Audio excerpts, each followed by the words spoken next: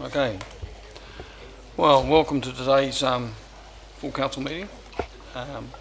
Just going to work through a few housekeeping things to start with. I have an apology from Leslie only.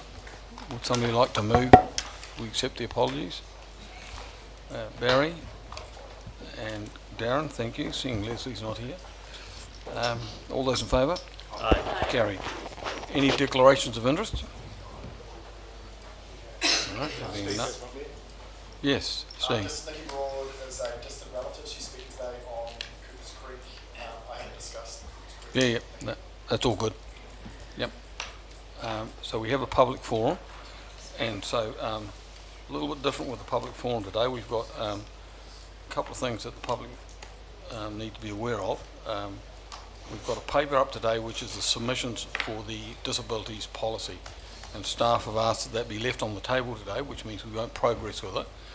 And the rationale for that is the policy is not available, so it'll come up at the next full council meeting in the 29th of October. In the interim, we have Hannah, who's so in the interim, before that policy comes back next month, we have some submitters, and so Hannah's going to speak shortly about her issues. And then we have 4 from Cooper's Creek, and before we do the Cooper's Creek one, I will flag up that I'm going to put a further recommendation to the suite of recommendations that we've already got there, so that you know about that before you talk to what you see in front of you on the paper. So before you all, so if Hannah, if you'd like to come forward and.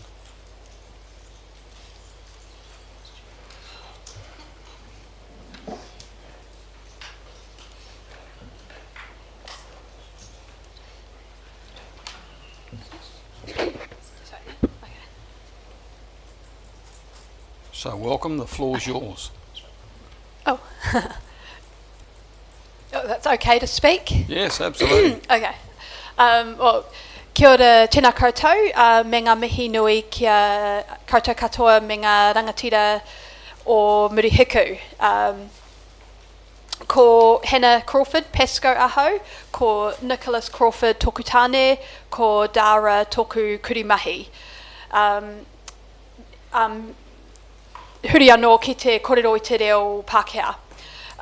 Just want to thank Council for having me along to speak today on behalf of my leader in regards to the Layard Street crossing. My name is Hannah, this is my husband Nick, and on the floor is Dara, my guide dog, and apologies from our wee boy Max, who would have been here. I really only have 3 points to add to the letter that I sent in video, and thank you so much for watching it. It was taken on blindy cam, so hopefully it was okay. My 3 points that I want to add is one, I just want to say that Invercargill as a whole, we have probably one of the best places for walking in the world for people with disabilities. And my husband just recently came back from Scotland and noticed the same, having been around me for so long. And I know whenever I've been out of town, the first thing I do when I get home is pound the pavements with Dara and, you know, automatically feel like I'm home. And I also want to congratulate Council and Invercargill on the work done around the corner of Yarrow Street and Linda's Farm. It's honestly changed my world, and it's awesome having another point of safe crossing. And the second point I want to raise is thinking about our future. In 2013, according to census, we had a rough population of around 50,000. In 2023, we have a rough population of around 60,000. So I just want to, get you thinking about how much more busier it's going to be in another 10 years' time, and thinking about, our young people with disabilities and low vision and what the streets are going to be like for them crossing in 10 years' time. And so I just really want you to think about preventing injury, not putting up crossings because of injury. And the last point I just want to raise, so once I'm with my fingers crossed, once there's a few white, a few strips of white paint and a couple poles on either side of the road down near Layard Street on the corner of Wilton. I want you to think about a few of the other streets where our blind and low vision and people with disabilities are currently having trouble. We have a lovely lady who lives near Duke Street who has to get her husband to help her cross the road, leaving and also coming back. I've had the same with having to get my husband to help me with Layard Street. We also have Racecourse Road, where we have our Booper rest home. There's no safe place for our elderly, blind and low vision people to cross the road. And yeah, those are the two examples I also want to bring. So thank you so much for the invitation to come and speak to you today. And yeah, I welcome any questions that you may have about my letter. Thank you. Yeah, thank you for that, Hannah. Just one question from me before I open it up to others. The video or the videos that you took on Layard, were they during high traffic periods going to the high school, or was that just? It seemed an awful lot of traffic on Layard Street. Can you repeat that, please? Just Sorry. Couldn't hear you very well. Yep. Yes, the sound system's not good in this place. So the videos that you took, that you provided for us, that were on Layard Street, are they heading towards James Hargis at a very busy time? Like, it seemed an awful lot of traffic on. Yes, so that was heading, that's as I was walking towards Wilton Street. So Okay. I started taking them from when I turned out of Matai Street, and a couple heading towards James Hargis Jr. The last video I took was near Wilton Street, and it was around 8:45 in the morning Okay, thank you. when I was walking on my way to work. Yep. So busy for the school as well. Yeah. Yeah. Questions, councillors? Oh, sorry, Rangi. Thanks, Chair. I'm Councillor Pottinger. Look, I just live around the corner from Layard and have to cross it every day to go wherever I want to go, and I avoid the times of 8 till 9 a.m. because of the very reason, and I can certainly verify the busyness of that street in that time. In fact, I thought the traffic was quite quiet in the video you took. It's extremely busy. My question is, whereabouts along Layard Street would be the appropriate place for an intersection, considering you are right, there's one right at the end by James Hargis Senior, one right at the other end by the Junior, but one of the dangerous things is a hill in Layard. It would dip and visibility. So I'm just wondering where, between what streets or whereabouts? Yep, I can easily answer that. I had thought about it, and I've spoken with a few people, like taxi drivers I'm regularly talking to, and somewhere where that hill is not a great place because of the visibility with traffic and cars not seeing where that crossing is. Because we have a preschool near the corner of Wilton and Layard, and it's quite flat in that area, and it's around the middle of Layard, I believe that would be actually a great place for a zebra crossing, because it is somewhere in the middle, and so you still have the two on at the either end and a middle one. I think, it's the most kind of practical and logical place. So that'd be between Wilton, Waihopai, or Wilton, Salford? Between Wilton and Salford. And Salford, okay. Yes. Thank you. Any other questions? Yeah, Tom. Hi, Hannah, my name's Tom Campbell. I'm a councillor.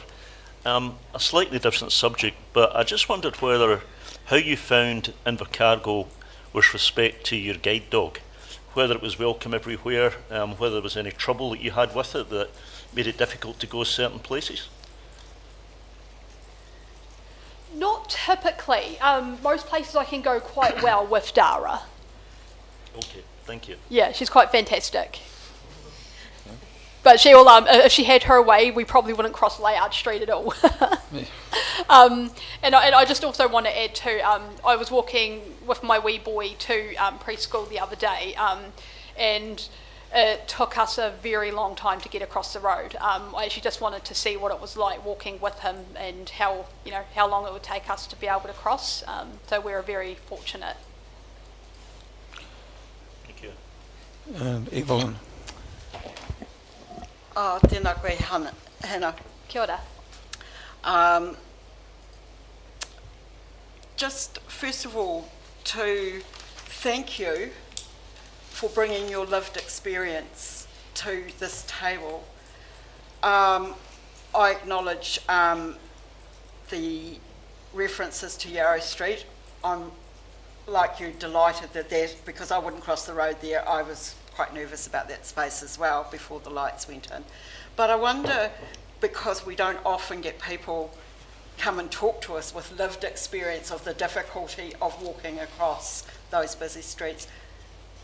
You've highlighted Layard Street where you are now. Are there other places we should be aware of? Because it's not our lived experience. We can listen, but we don't fully understand. Yeah, as I mentioned in my examples, Duke Street has been another mention to me with members who live around that way. She said that once upon a time she could cross it okay. Now she's absolutely terrified and has to have her husband help her cross the road when she's leaving and when she's coming home. And there is also Racecourse Road. I've crossed it occasionally in my time, and I am aware that there is the Bupa rest home there where we do have other blind and low vision members and people with disabilities who live there and can't, go out freely, depending on the time of the day because of how busy Racecourse Road can get. And I do know Lamond Street. It's not a street I walk, but I do know it is heavily busy, especially around school times. Oh, tēnā koe. For those of you who are not aware, my son and Hannah commenced their school life together, so I have known her since she was quite young. And I was never cheeky. Never at all. Tuku mihi ki a koe, Hannah. Me koe hoki. Any other questions? Yeah, Steve. Thanks, Chair. Kia ora, Hannah. Kia ora, So, Steve. yeah, thanks for sharing here that lived experience. It's been really insightful. I was just, a common question, just wondering whether when you are meeting with your blind and low vision community, whether you can keep an ear out for some of those spaces, maybe in other areas of Invercargill or maybe South City, just to help us and maybe get that kind of pop that on our radar as well, because I found just your discussions around your area really interesting, because it's not my lived experience, so your testimony and experience is really, I think, valuable for this council table. So if there's representatives from the South City community or wider Invercargill, I think those examples of streets would be, really valuable to us around that. Yeah, no, I'm definitely happy to do so. Oh, thanks, Steve. Yeah, I'm just making sure I'm talking to the microphone as well. Oh, there is another one there. Yeah, if there's I'm so happy to do so because I, do talk regularly with our community. So if there's any way of being able to share that information, that would be really handy to have that. Any other questions? You want to? This is unique. Isn't it? Sorry. Yeah, absolutely. Hi, I'm Nick Hannah's husband. I appreciate the opportunity to speak. I just want to add one thing in Hannah's submission, which has just occurred to me while I'm talking to you guys here. I'm a physiotherapist, and sometimes when people think about disability, they think about the obvious things, which is people with blind or low vision or in a wheelchair or a neurological condition. But I'd just like to add that all of us at one point in our lives, if we live long enough, are going to be disabled. So it's not just isolated pockets of people like Hannah who might have low vision, or someone who lives in a wheelchair down the end of the road, and there's wee little numbers that you might not think is worth justifying the money to spend when there's other competing priorities, and I appreciate that. But disability will touch all of us at some point if it hasn't touched us already. So these crossings aren't just for Hannah, they are for everyone at some point. Thank you. Yep. Yeah, welcome for that. Ringy. Look, one more question, and it's not for you guys, it's actually for the Chair. Mr. Chair, what will happen after we've received this public forum? Is something going to be investigated, or how does that work? Given that this is not talking to the policy, I would expect that Michael and some of his staff will take this away and give some consideration to a potential crossing. Bring back Go a to paper. infrastructure. Sorry? Thanks. Yep.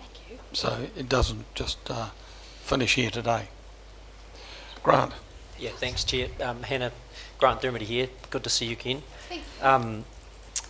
Thank you for sharing your experiences. Just wondering, and it's a bit to Councillor Pottinger's point, and we have had other groups come through, and express what it's like to live in our city. And I'm thinking, should we create an opportunity annually for them to come and share through a workshop what frustrations they have, what recommendations they would make to us, to council, around how to get a better lived experience in our city, and then from that we could create work streams around the changes we may make. And this is a great example, and it's the Councillor Pottinger's point, what are we doing from here?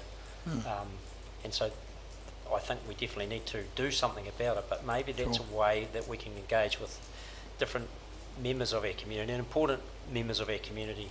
And then, as Hannah's husband's pointed out, we all are going to be subject to a few challenges, some of us more earlier than others perhaps, but I'd like to see us as a city really give a voice to these people that in our city. I guess the idea of the public forum is to allow the people come forward when they have the issue that they want to talk to. I'm not saying we shouldn't do an annual one, but you'd probably want to still have both, so that a person that feels passionate about something gets an ability to come forward and talk about it as they feel passionate, and not have to wait 6 months or 9 months for an annual meeting. But we could do both. Yeah. Yep, for sure. Yep, appreciate that. Any further questions? Oh, Darren. It's Sorry. not really a question, Mayor Clark. It's just pointing out that there is a liaison group that's already established. I guess it would be handy if that group was able to report directly to council, and that way we're able to be more across the issues. Sure. Yeah, thank you for that. All right, no further questions. Thank you, Hannah. Thank and you. husband. Thanks, Hannah. Thank you.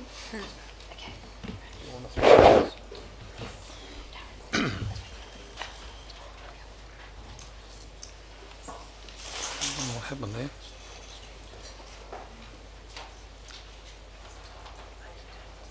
So for the benefit of the 4 submitters today from Cooper's Creek, I just want to be transparent and throw up on the screen for you to have a look at. I've read the report several times that's come back from Tom and Rex, and I think there are still some gaps, certainly around the status of the MOU, which we've tried to resolve in the last couple of days, around what happens to a house at the end of 35 years. And I see some of the people that were consulted were worried that they'd be leaving a legacy for the next generation in their family. So we want to have some discussion today about that as we get down. But one of the areas I think it's important for me to be transparent about is that I am going to recommend another recommendation in the report that we're dealing with today, and that's around the issue of where does council sit on the issue of freehold and what leads up to freehold. So I will be putting a resolution up that says that council does not support any changes to the current recreation reserve status that impacts on the Coopers Creek village. So I want that to be on the table so that we can vote on that one way or the other. I'm just one of 13 votes. One of 13 votes, because I think that question has gone unanswered for the members of Coopers Creek for far too long. So just be mindful of that recommendation will be on the table as well. So Kath and Brian, you're the first cab off the rank. Welcome to the meeting.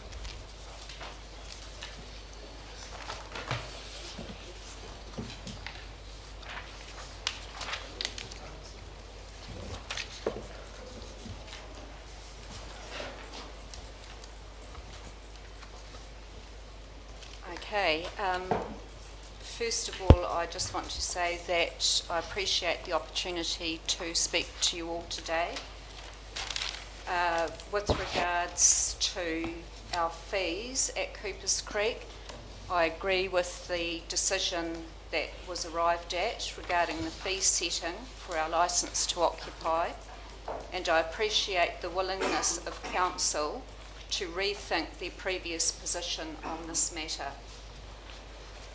As a village, we are unsure of the reasons behind the desire by council to phase out the village of Coopers Creek a small community that has peacefully existed for over 70 years.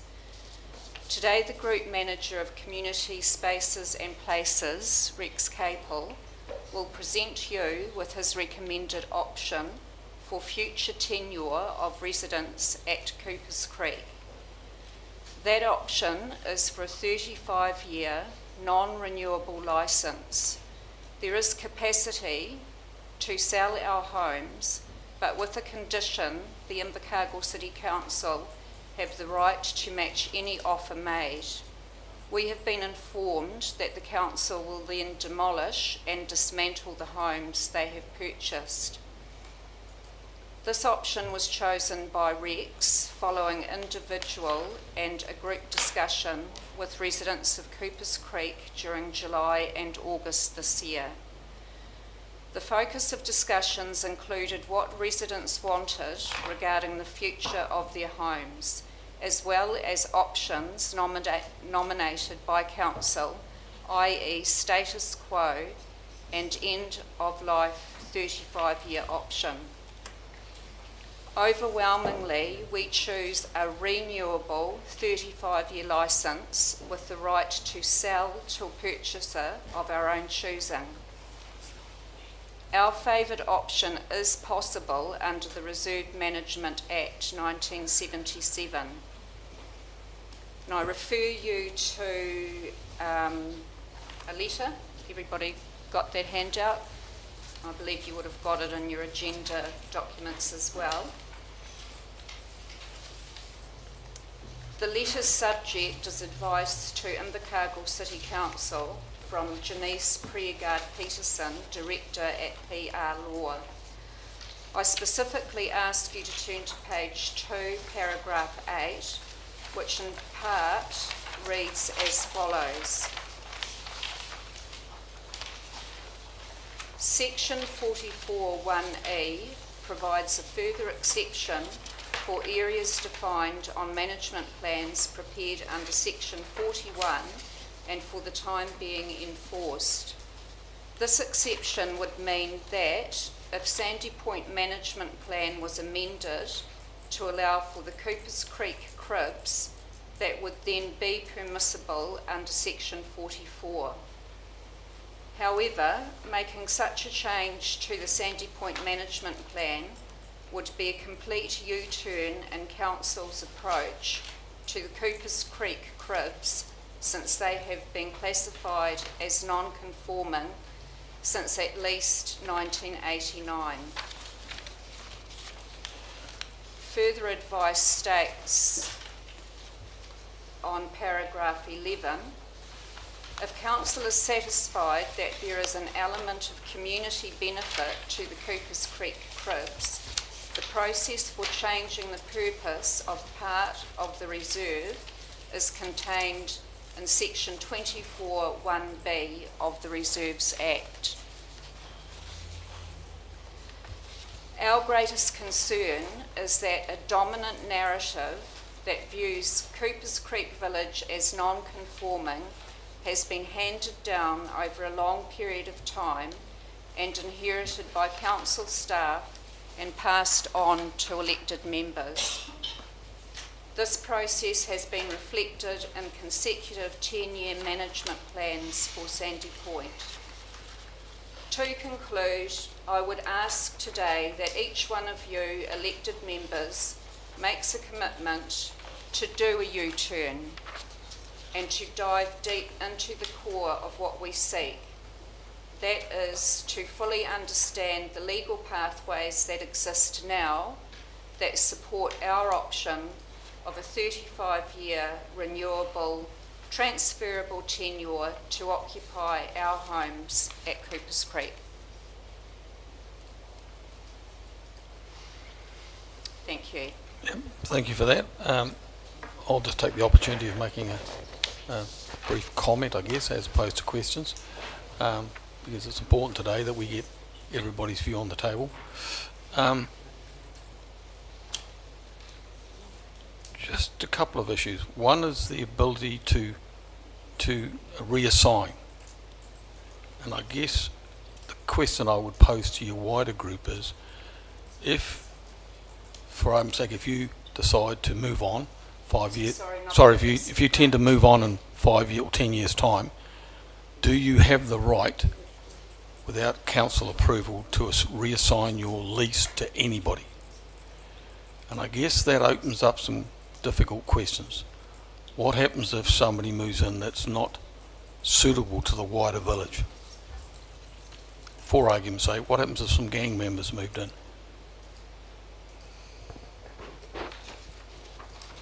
Sorry, did you- Well, I guess what I'm floating is that you've asked in your submission for 35 years plus some further time, and also the ability to reassign your lease to whoever you wanted. And at the moment, I guess the feeling I'm getting from management is they would like to have some input into who you reassign to. Now, we don't want a heavy hand over that, but you certainly would not want some people moving into your village that didn't fit with the nature of the village. And so I guess... Can I just speak Sure, to that? yeah, absolutely. So the village has existed approximately 70 years. Sure. Brian and I have had a wee place there coming up to 19 years. Yep, There's not a high turnover of homes at the village, yep, but in that period of 17 years, there have been several times that Yep. places have been bought and sold. yep, Certainly in our time of nearly 20 years, we've never experienced anyone that's come to the creek to, I don't know, create problems. Yep. It's a place of live and let live. Yep. It's a very peaceful small community. Our biggest problem are the boy racers who, Yep. as I'm sure Yep. you all know, around Yep. all the lovely grassy areas and the Yep. areas that council work hard to beautify. I'm not sure that there's ever been a criteria for council in the past to say who could move in and who couldn't move in. yep, My observation over the years of people that have come and gone into the village, Yep. I get the feeling the spiritual nature of the village tends to pick the people that come in there. yep, yep, We have a But- belief that people are called to live at the village.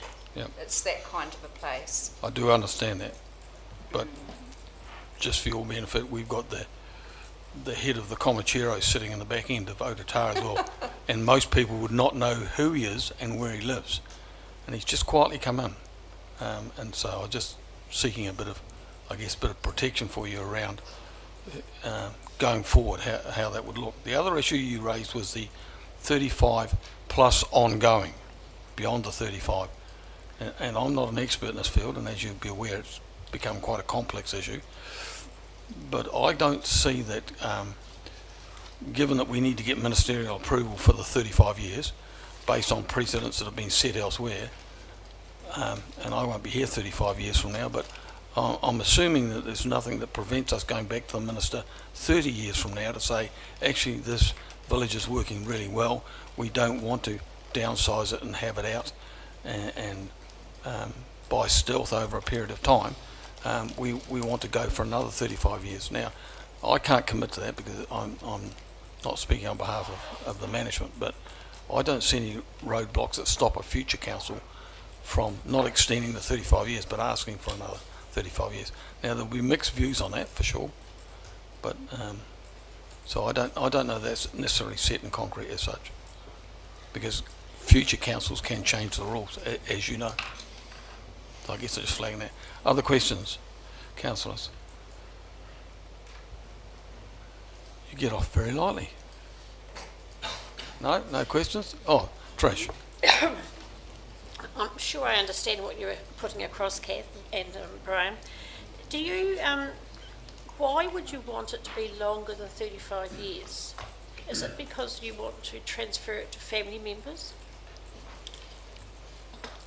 For me personally, Trish, it's the right to self-determine what happens with my home, how it happens, where it happens, when it happens, and I'm assuming that's the right that we all have. I mean, I'm probably not going to be alive in 35 years, but I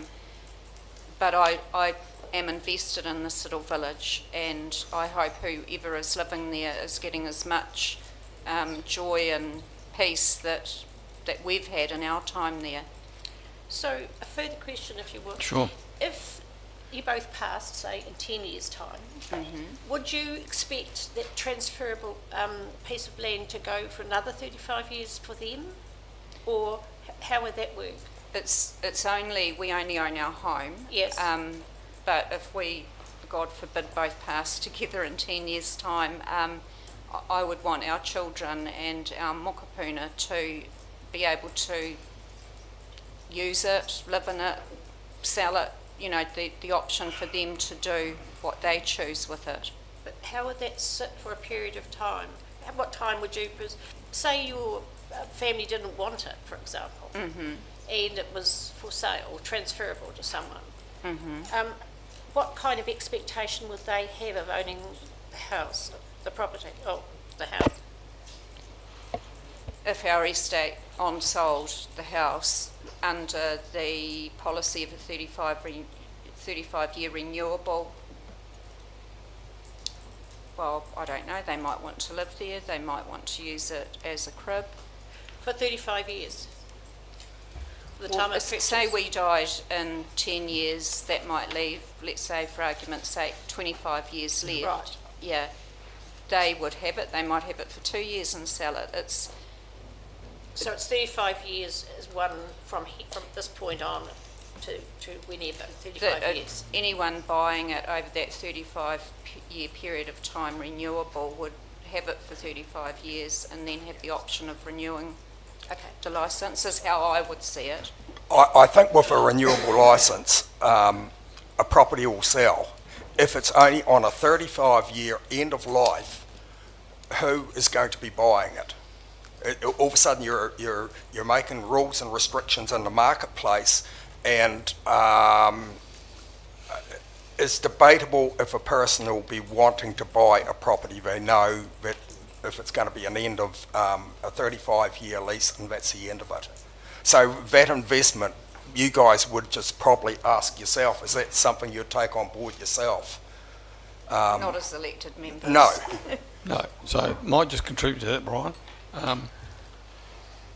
I guess if we leave it, if council was to leave it open-ended, so there was no 35 and it just rolled on and rolled on and rolled on, it's reasonable to assume we would not get that past the Minister of Conservation, based on the current precedents that are in New Zealand, which I think the staff have said around Taylor's mistake in Christchurch set that 35-year maximum, which the Minister was okay with. Hence I said before, it might be that once you get 30 years into it, it might be that you might be able to approach the Minister again to go for a further period.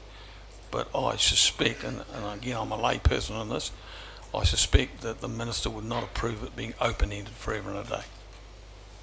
So I guess as you reassign, it does have some decreasing value for you. So if you can sell a house that's got 30 years left on a 35-year lease, you get more money for it than if you've got 10 years left. And I guess the other issues, and you'll hear us debate it later on, is what happens to the house at the end of the term. And at the moment, the suggestion is that it's your liability to have it removed. I think we need to find some other options to that, because otherwise your legacy to your family is some removal costs. Other questions, people?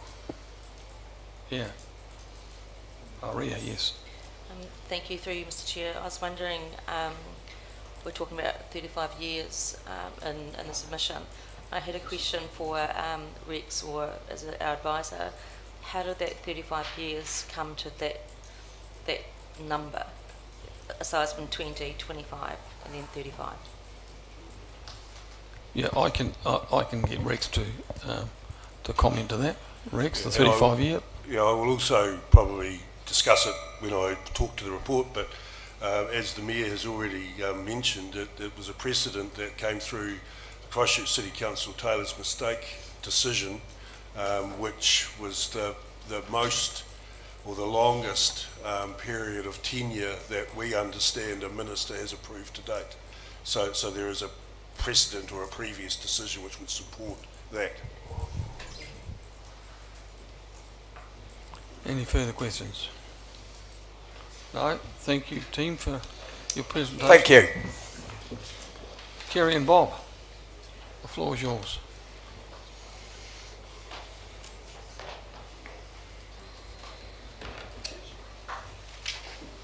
Can I just comment on that question about the 35 years? Absolutely.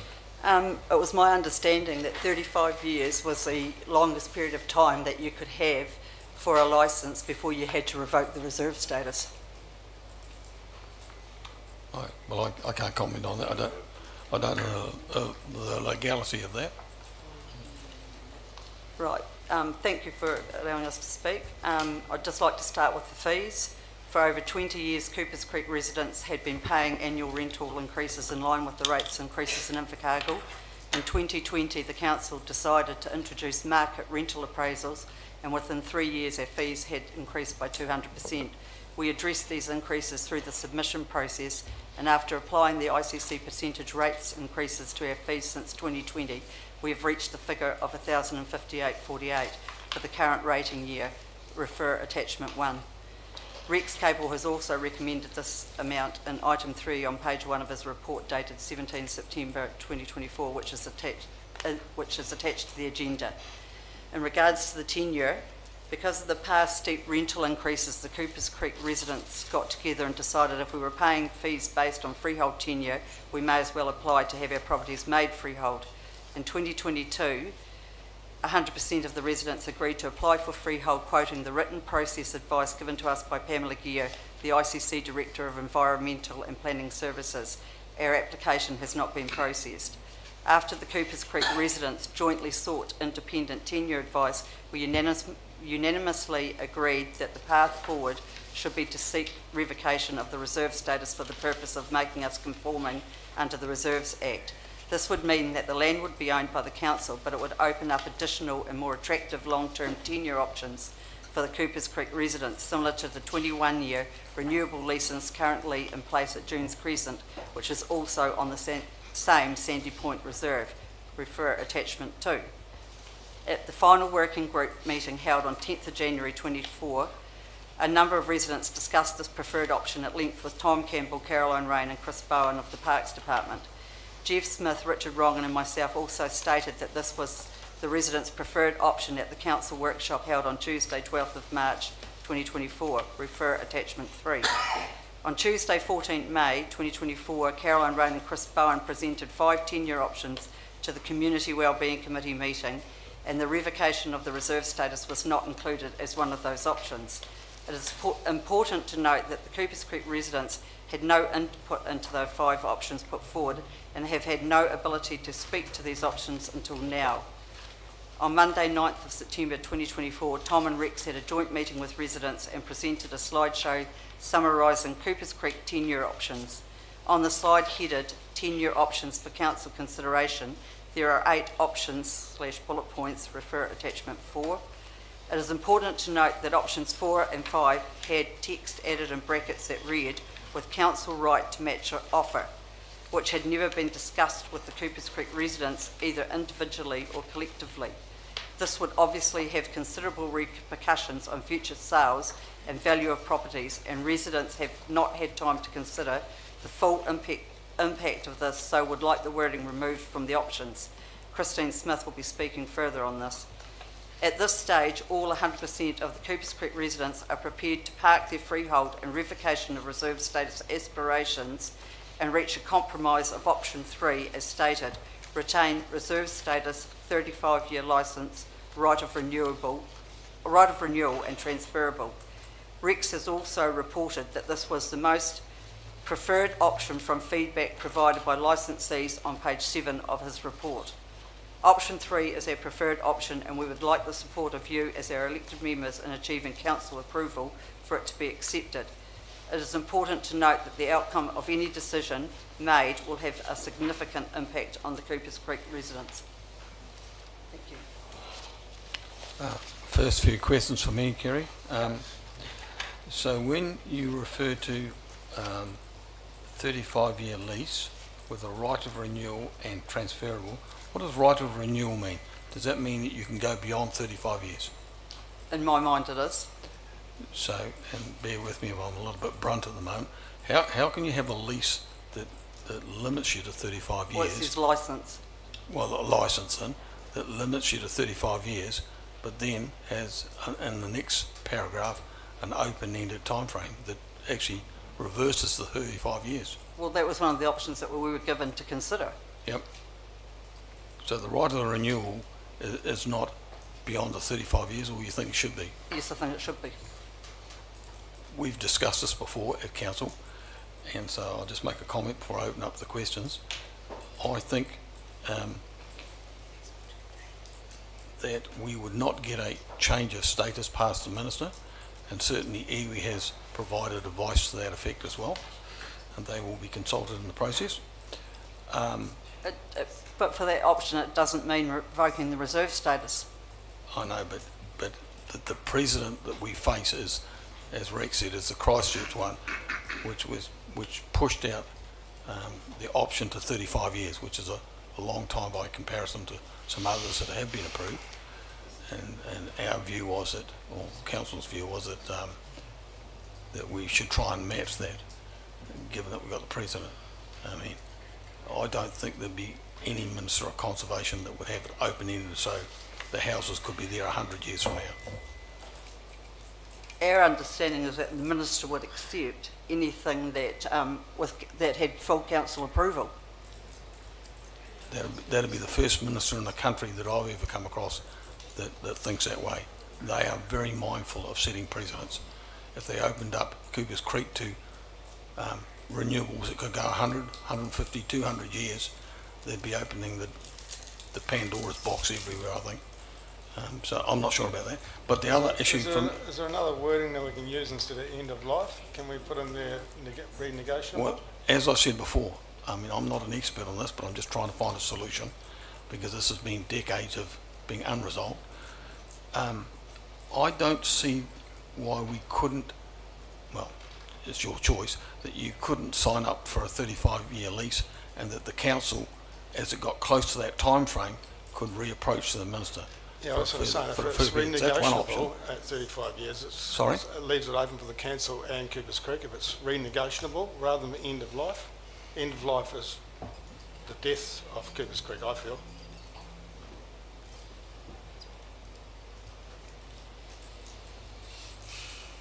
Yeah, I don't have an answer to that. Maybe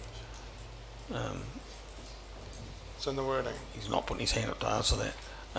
But I guess what we're saying is that we have a finite period that might help get it past the minister's approval process, well, the commissioner and then the minister. I just feel in the long term, 35 years is a very long time, and anything could happen over that time. Yes. Circumstances will change for the council and for the world in that fact. Things will change. Yeah, I think if we could have it as a negotiable at the end of 35 years, it would leave everyone some options. But again, then, who you're negotiating with? I mean, you've got to understand. At the time. This is not our negotiation to have.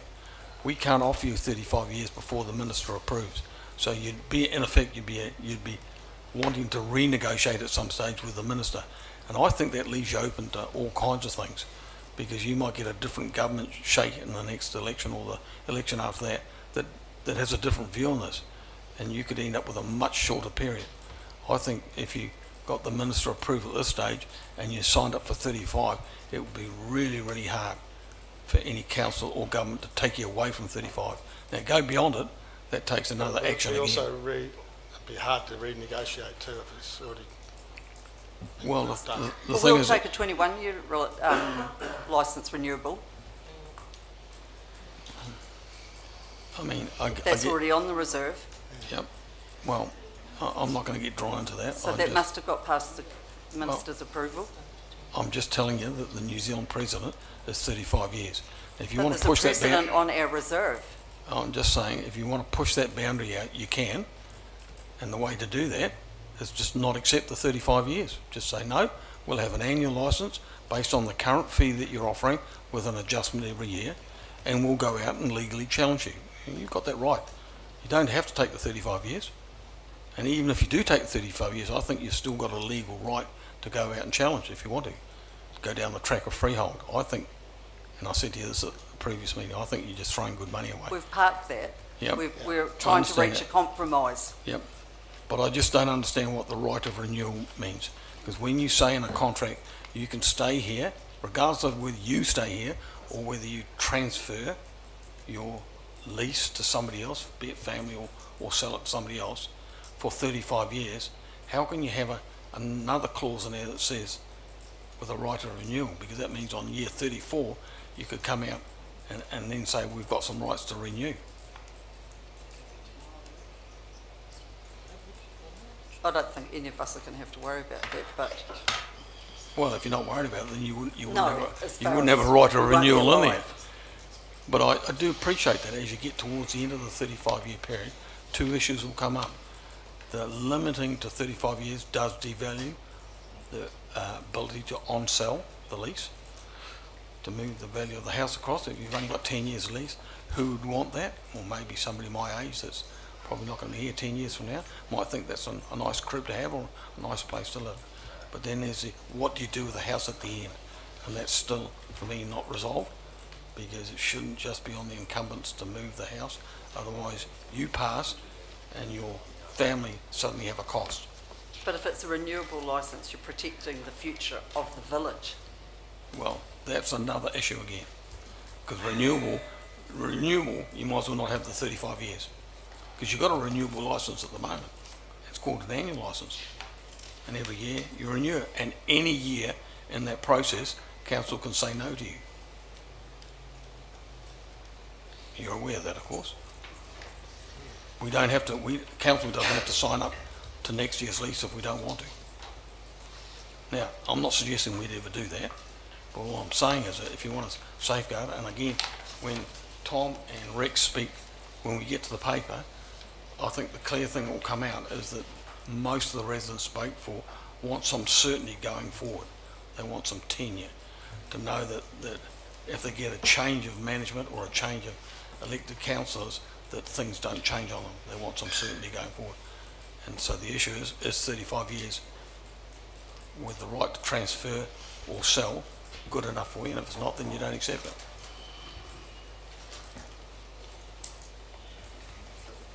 Alan.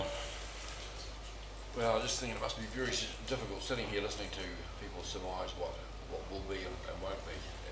As a council, I believe that you're citizens of our community. There's always been houses there, and I think it's our duty as a council to find something that the people that live there want and support it. And whatever that may take, it's up to us then to get that through any other government department that we have to do it, as I see it. It's not up to you, it's just like an ongoing thing that's been going on for years and years and years. And there's people sitting here telling you what they think, but what they think is irrelevant. It's up to us to make a decision to support or not support you guys, I guess. You know, you can go either way, but companies get on with your lives, isn't it? That's what you're after, I take it, yeah. Yep. It's just a comment, just to, you know, just. Thank you for that. Darren. I think out of phrase this because I think following Councillor Arnold's comments, there might be some misunderstanding that we're the final decision maker, which is clearly not the case. I'm not saying that, that's but the minister. It's up to us to put a point forward. Sorry, that I'm decision. talking. Yep. I'm just trying to seek clarification from you around the addition of renewal. Do you see that as a right of renewal? Because if you see it as a right of renewal, it is quite simply an extension beyond 35. And you've clearly been told today that that's not happened in New Zealand. And is your expectation that we're going to set further precedent and that there's a chance that that would get past the minister? It was put down, so if it wasn't available, why was it put down as an option to us? Was that above 35 years? It was written in attachment, whatever, that's it.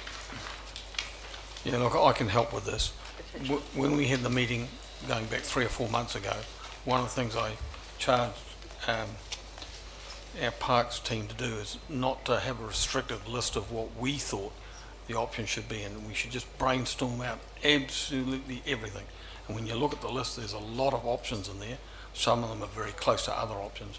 So I think that's where the expectations got up, that we could. I mean, there's nothing, as Alan said, there's nothing to stop us going to the Minister and saying we want 35 years for renewable after that, so that could go beyond, or go for 50 years or whatever. But I'm just trying to get something reasonably practical that we can help you secure, because the Minister may come back and say no, and then we're back with annual licences. I can understand, I'm going down a wee limb here, I can understand your offer of 35 years. Yep. It's going to suit everyone that's alive now. Correct. But my thing is to save Coopers Creek. We don't Yep. want to see it go. Yep. We want it for future people.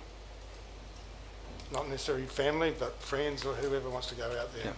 It's a lovely place. If you've been out there, it's a great place. Yep. Look, no secret, I used to do So that. that's my angle. Our angle is to, Yep. we just want to keep Coopers Creek alive. We don't want to kill it. That's true, and from my perspective, I think having you out there is great, just like having the Sandy Point Ranger out there was great as well, which we didn't lock in.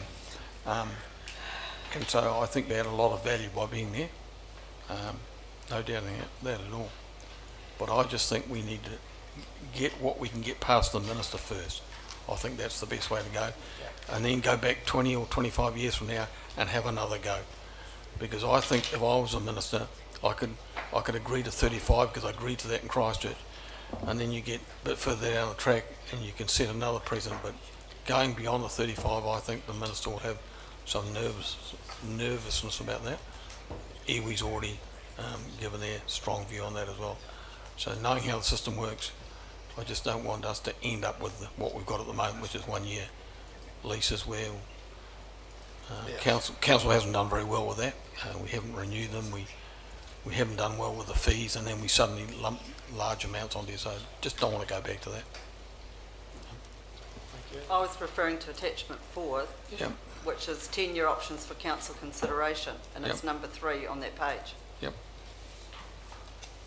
But when I was referring before, when I asked council management about 3 or 4 months ago when we had a previous meeting, was not to say, don't gatekeep what you think we can get past the Minister. Just put everything down, do a brainstorm, look at every single option. If you get 10, 15 or 20 of them, so be it. And then at least we can come back to the table and discuss with the residents what's viable. Certainly what's better than what we've got at the moment is the ultimate goal, and how far can we push it. As Darren said, being mindful we are not the decision makers in this. The Minister of Conservation is.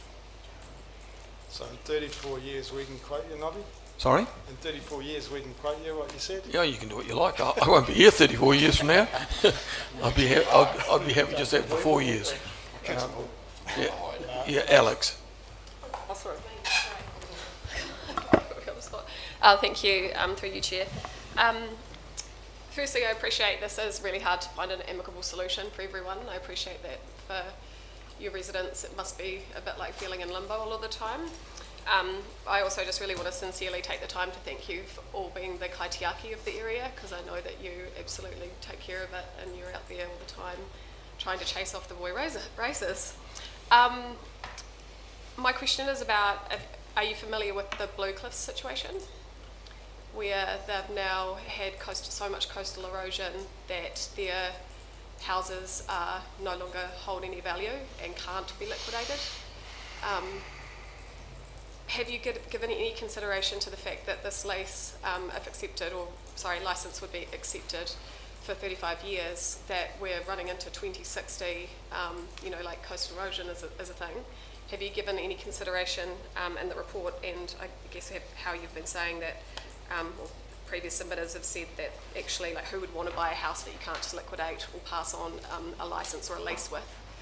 Have you collectively as a group given consideration to what would happen should an emergency event like that occur and you can't liquidate the houses or the leases or the licenses?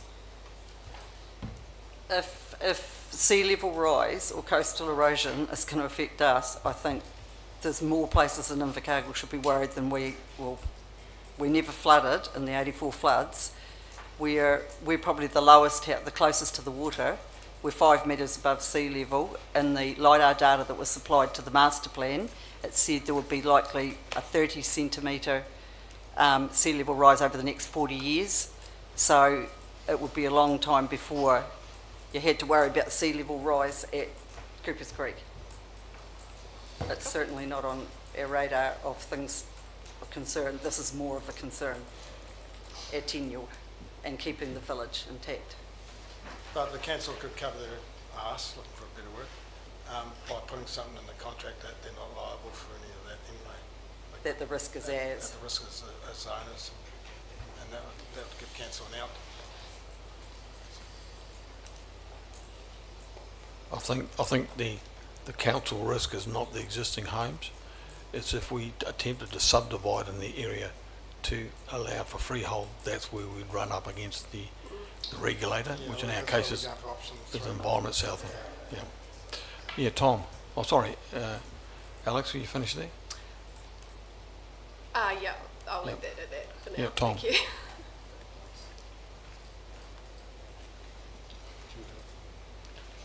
I'm with you, Tom. Yes, sorry. Sorry, I was actually going to clarify a point that Darren asked for, so it is a point rather than a question, and that is that what Rex and I agreed was that we would bring to council options which we would not recommend, but which had been asked for by so residents asked us to bring things like revocation, for example. So that's the reason that there are options. They're not options that we recommend because they're on the list. They're just options because clearly they're actually things that council could resolve to do if it wished, or may be able to resolve to do.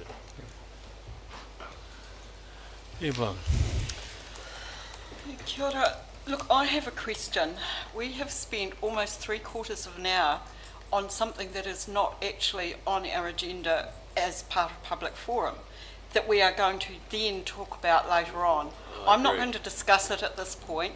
I think it's great that you want to come and present your viewpoint.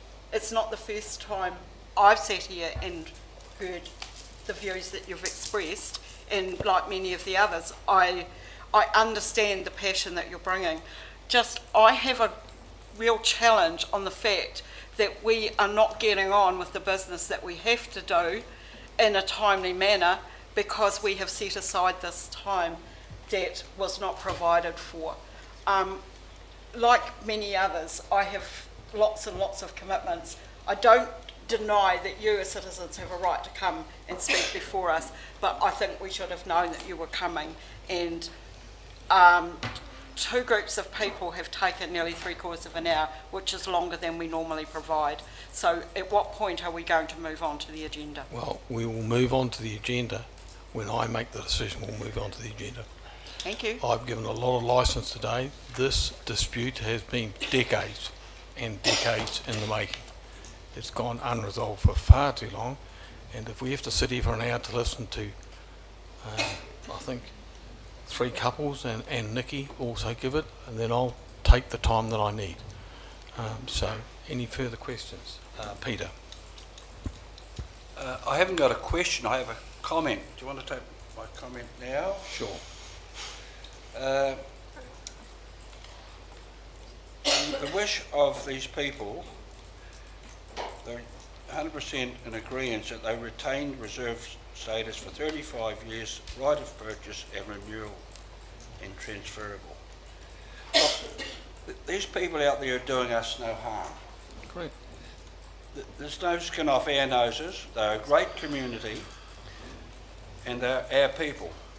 Why don't we support their wishes and let the minister decide? Some of us here are saying, including yourself, Your Worship, that the minister, he may do this, he won't go beyond so many years. Why don't we go along with their wish and let the minister decide? Well, I guess two responses to that, I guess, if you're asking me. One is that it's helpful to try and get a resolution for the residents that we are confident that we can get past the minister. So I think two things that may not go well with the minister is the open-ended right of renewal, whatever that means, or for us to go and say, actually, we don't want 35 years, we want 50 years. And I just think we'll be back at this table a year from now, because the ministerial process takes a year. So at the moment, we've been signalled that some of our work that we're doing with the ministry has got a backlog of 9 months. So I don't want us to be sitting here a year from now and we're discussing exactly the same things. I think it's important to chunk off whatever you think you can get past the minister, go in and support the residents for that 35-year time frame. It may not be the most perfect one for everybody, but I think it's achievable. Don't have anybody else on the list? You're free, Kerry and Bob. Thanks for your submission. Cheers, thanks for listening. Yep. Nikki.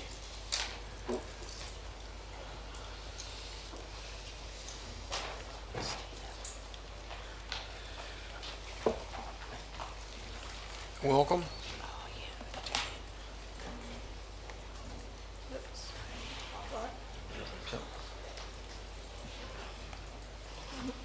I'll make this very brief because my tag's slightly different to everyone else's and you may or may not wish to ask questions about it. Nobby, I have to say, if you wish to ask questions, I'll need an interpreter because I've only heard one word in 10. Sorry. Yeah, I said at the beginning of the meeting, we do have a sound problem. Briefly, my personal circumstances that I've lived permanently at Coopers Creek for coming up to 39 years. So the history is all familiar with me. The whole word salad that we've been through, don't ask me any technical questions, dates or anything like that. They just don't stick in my head. So I want to give you a brief overview of what actually is Coopers Creek, what it's been like, what it could be like. There was a time, if you said you lived at Coopers Creek, that no one knew where you were. And heaven forbid if you had to give them a description of how to get there. I used to have to write on a piece of paper with, don't go that way, there's this way, there's that way. Tom, you had an occasion, your first visit out there, where you found that Coopers Creek wasn't there at all. So only on your second visit you found us. I'll read from my notes. So, but now they've been in the public eye, people ask us why the Invercargill City Council would wish to phase out the village. The shortest reply I can give, because it is very complicated, is that Coopers Creek occupies 3.5 hectares in a greater than 2,000 hectare domain. Speaking not in personal circumstances, for 35 years I would hope that I'd be like my Auntie Mindy, who was found over 100 years old dead in her garden. That would be ideal, but I don't think I'll be there either. So the village itself reflects New Zealand that is increasingly rare. Its modest home-built cribs that have glasses around the country have been replaced by modern architectural designs. Glitz and glamour have not taken hold at the creek, nor is there any desire for it to do so. People visit for that reason and to take selfies behind the lighthouse. It is a come and have a cup of tea with us kind of place. And at a time when we were all much younger, Mayor Tim Shadbolt did just that and told us, I didn't know, that you were here. Why would we want you to go? And you can all see him saying that with his background, but that position never changed. We were considered to be of value to the domain and to the public. We have faith that the present Mayor and councillors choose a 10-year option for Coopers Creek that allows the community to continue to prove the value of the village. A choice that allows us to assist parks by establishing with the current rangers the good relations we had with the permanent rangers, and gives us the opportunity to introduce ourselves to Mana Whanua. I believe in the potential of the village to become in time an engaged and innovative hub that assists with the development and protection of the natural values of the domain. And you will note, now that you've seen have the MOU as part of your discussion papers, that it says in there that the council at the time recognised Coopers Creek as an historic village, and that was years before our current times. That's as much detail as I want to go into, because I've got more information that will be better submitted to the draft management plan. But I do wish I had brought my photo of the Tuesday Ladies Walking Group, who have Coopers Creek as part of their agenda when they're on that part of the reserve. And they're our first of many supporters of the public, because after all, a definition of recreation has to be the Sunday drive. And that's where we get a lot of our visitors. So that's all I have to say. Thank you. Thank you, Nikki. Any questions, councillors? No, there being none, you're free, Nikki. No questions for you. You're free. Sorry, Nobby. You're free. Yep. You can go. No questions. You're free. Thank you very much. Christine, wherever you are.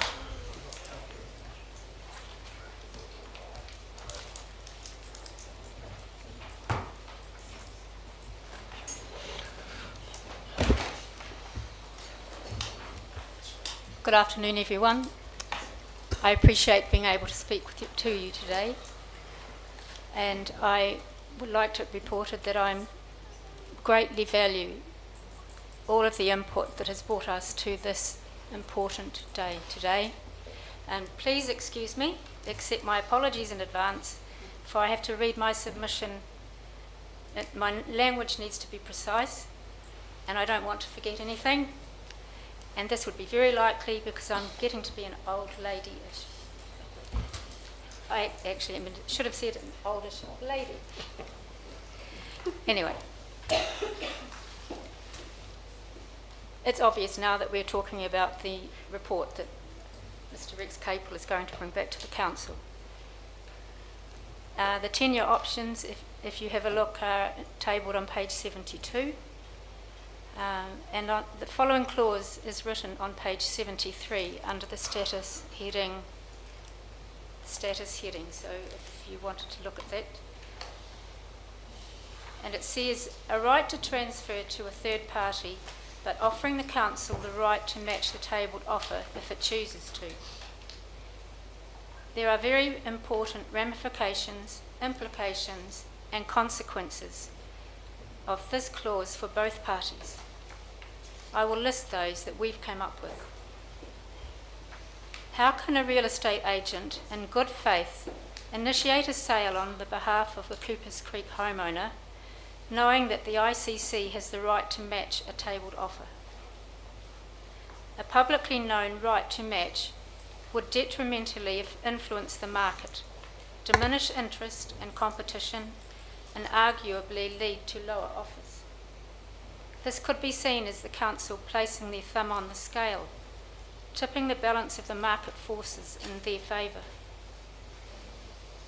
In the event of a first home in the Coopers Creek village being purchased by the council and demolished, which would be the obvious intention so that it can manage the site directly, as is written in the adjacent column on page 73, the value of every other dwelling will fall drastically.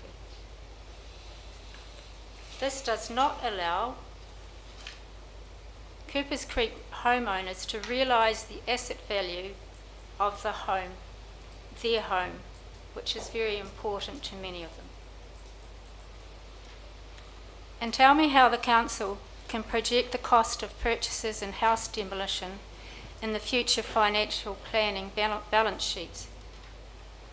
What ratepayer would agree to city monies being spent to purchase a dwelling only to demolish it? And this would be during a time of an acute housing shortage in this city and across the country. Should the council be inclined to secure a property offered for sale, they are free to complete in the open market. This has been the case throughout the entire tenure of the village, and to date councils have never elected to do so. This fact only serves to demonstrate that adding such a clause could be seen as the council interfering with the market for their sole benefit. Besides being deeply unfair, such behaviour could have the effect of eroding public confidence in council actions. There are legal, public confidence and fairness implications associated with all of the above. And then there's the difficulty in implementing and executing the clause. Upon receiving an offer, the licence holder would be required to disclose the specifics of it to the council. Council would then need to do one of the following: add a resolution to the next meeting agenda to consider matching the price, or call an extraordinary meeting to consider the offer. Any time delay could result in an offer expiring and the home unsold. This will result in seller and buyer dissatisfaction and loss of reputation for everyone involved. It would be very unwise for the council to place itself in the position where undue delay or influence affected the saleability of any Southland home. Coopers Creek's licence holders envisage extremely negative outcomes for both parties if this clause offering the council the right to match a tabled offer is accepted by this council today. Thank you. Just a reflection from me. I hadn't actually thought through that issue that you just raised, so that was quite valuable to know. I guess when I think about that, if you have, let's say, 15 properties out there, and over a period of time we match the offers and we drop them down to half that amount, it does devalue the other properties. Yep, gives a signal to the marketplace. You can buy in here, but it's a decreasing in village and a decreasing environment. Yep. So, thanks for that. Thank you. Darren. I agree that there are fraught aspects to the clause. My question is rhetorical. Isn't it also equally as possible for somebody to arrange for a high bid to come in, and council would be obliged to try and match it if we signed that clause? No, it's an option for council. Council don't have to match it. It's just an option. Council have the right to first refusal as an option. Thank you. Any other questions? There being none, thank you for that, Christine. Thank you very much. Thank you.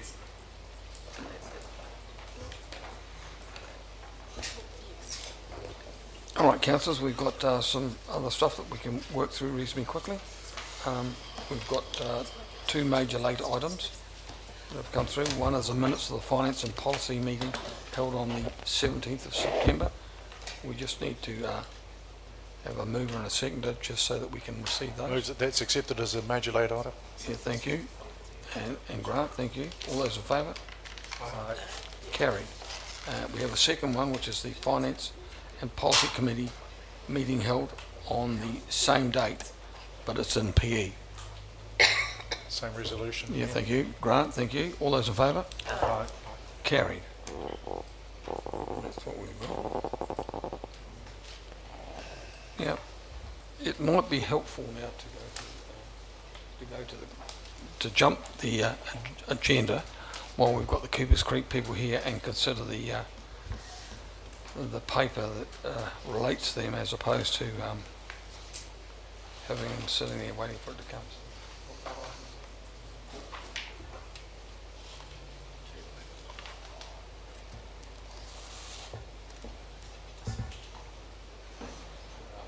Makes sense. Oh, so it's item 12 on our list. So if you can bring that forward. item 11. Oh, it's 12 on our one, so we've had some amendments. So can you can drag that up? Liz?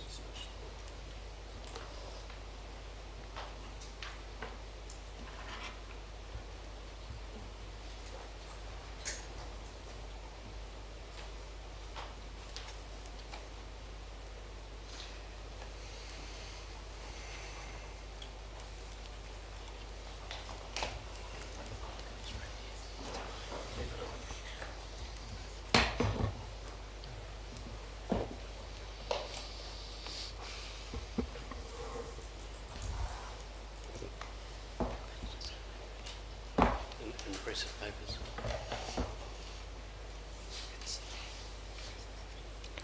So Rex, as you're working through your paper, I've got 3 or 4 things be helpful if you could focus on.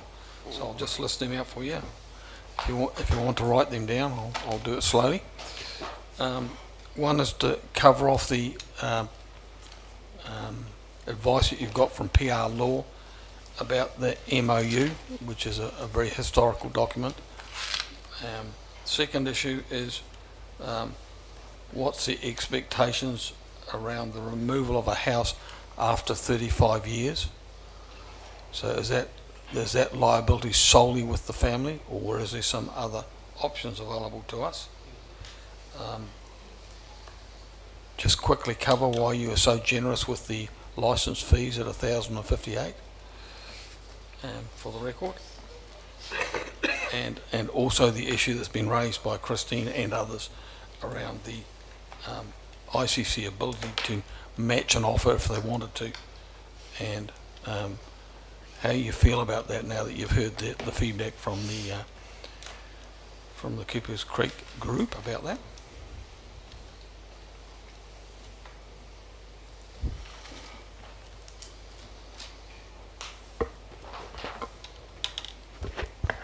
So before we get into your presentation, I'll put up the recommendation 4, which Liz has.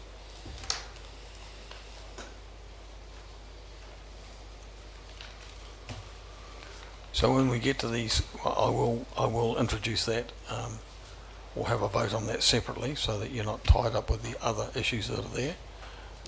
But I just thought that it's important to make a statement of where council sits in relation to any change to the reserve status, and that might help clarify things if we do that.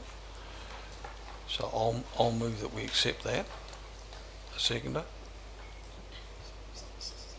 I'll read it out for you. Council does not. Sorry, Chair, I cannot hear you. To be honest with you, I'm not quite sure what you've just proposed. Oh, it's a recommendation 4, which sits one over the paper that we've got. So recommendation 4 reads, Council does not support any changes to the current recreation reserve status that impacts on Coopers Creek Village. Because that is, well, the purpose of that is that that issue is sat in limbo for a long, long time. And I think the people at Coopers Creek don't know where we stand on that issue. Whether Chair, we support it. I'm happy to move it if you're looking for a Yeah. move, and then I would like to speak to it. If you, Sure. Yep. Do you Okay. want me to speak now, or you Yeah, I want to think. second it? Yep, that would be helpful. I'll second it. Okay. Okay. So, I mean, we will, I guess, in a little while, talk about option 4. What I would say, though, is that I've been involved in this issue for 18 months or so. I've been involved in 22 meetings with residents, I got to say, 2 with the whole group, 5 with what was called a working party, and 15 with residents on a one-to-one basis. Now, I think as we've worked through, particularly in the last couple of months, I think Rex has gone much further than anybody has previously to try to find some resolution, which is, again, goes further and absolutely stretches the envelope to the maximum that we know has been done in New Zealand before.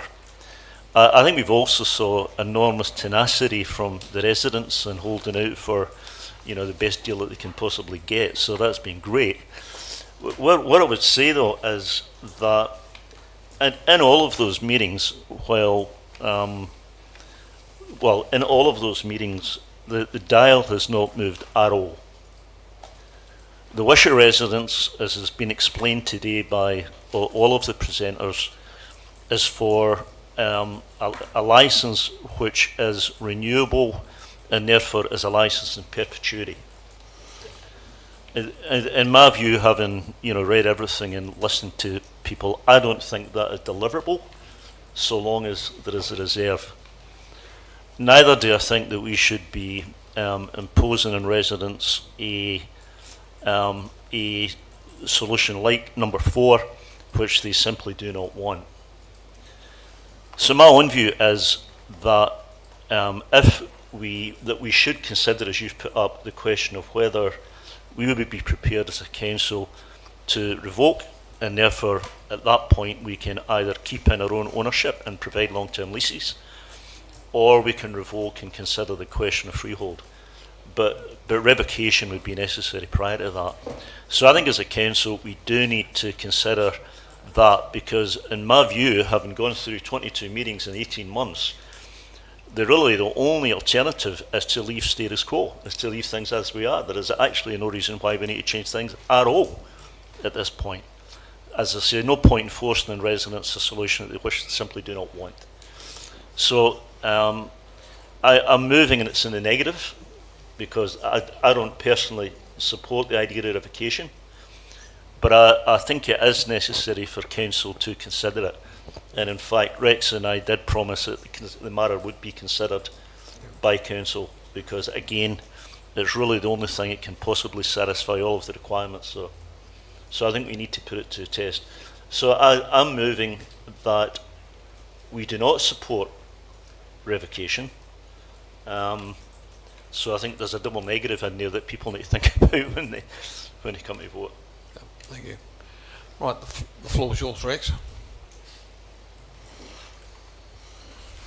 Thank you, and I will attempt to answer your questions, Mayor Clark, as I go through my presentation.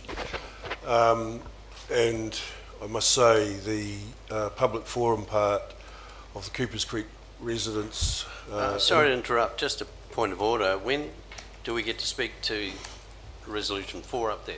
Well, I haven't actually put it yet. Well, what did Tom just do?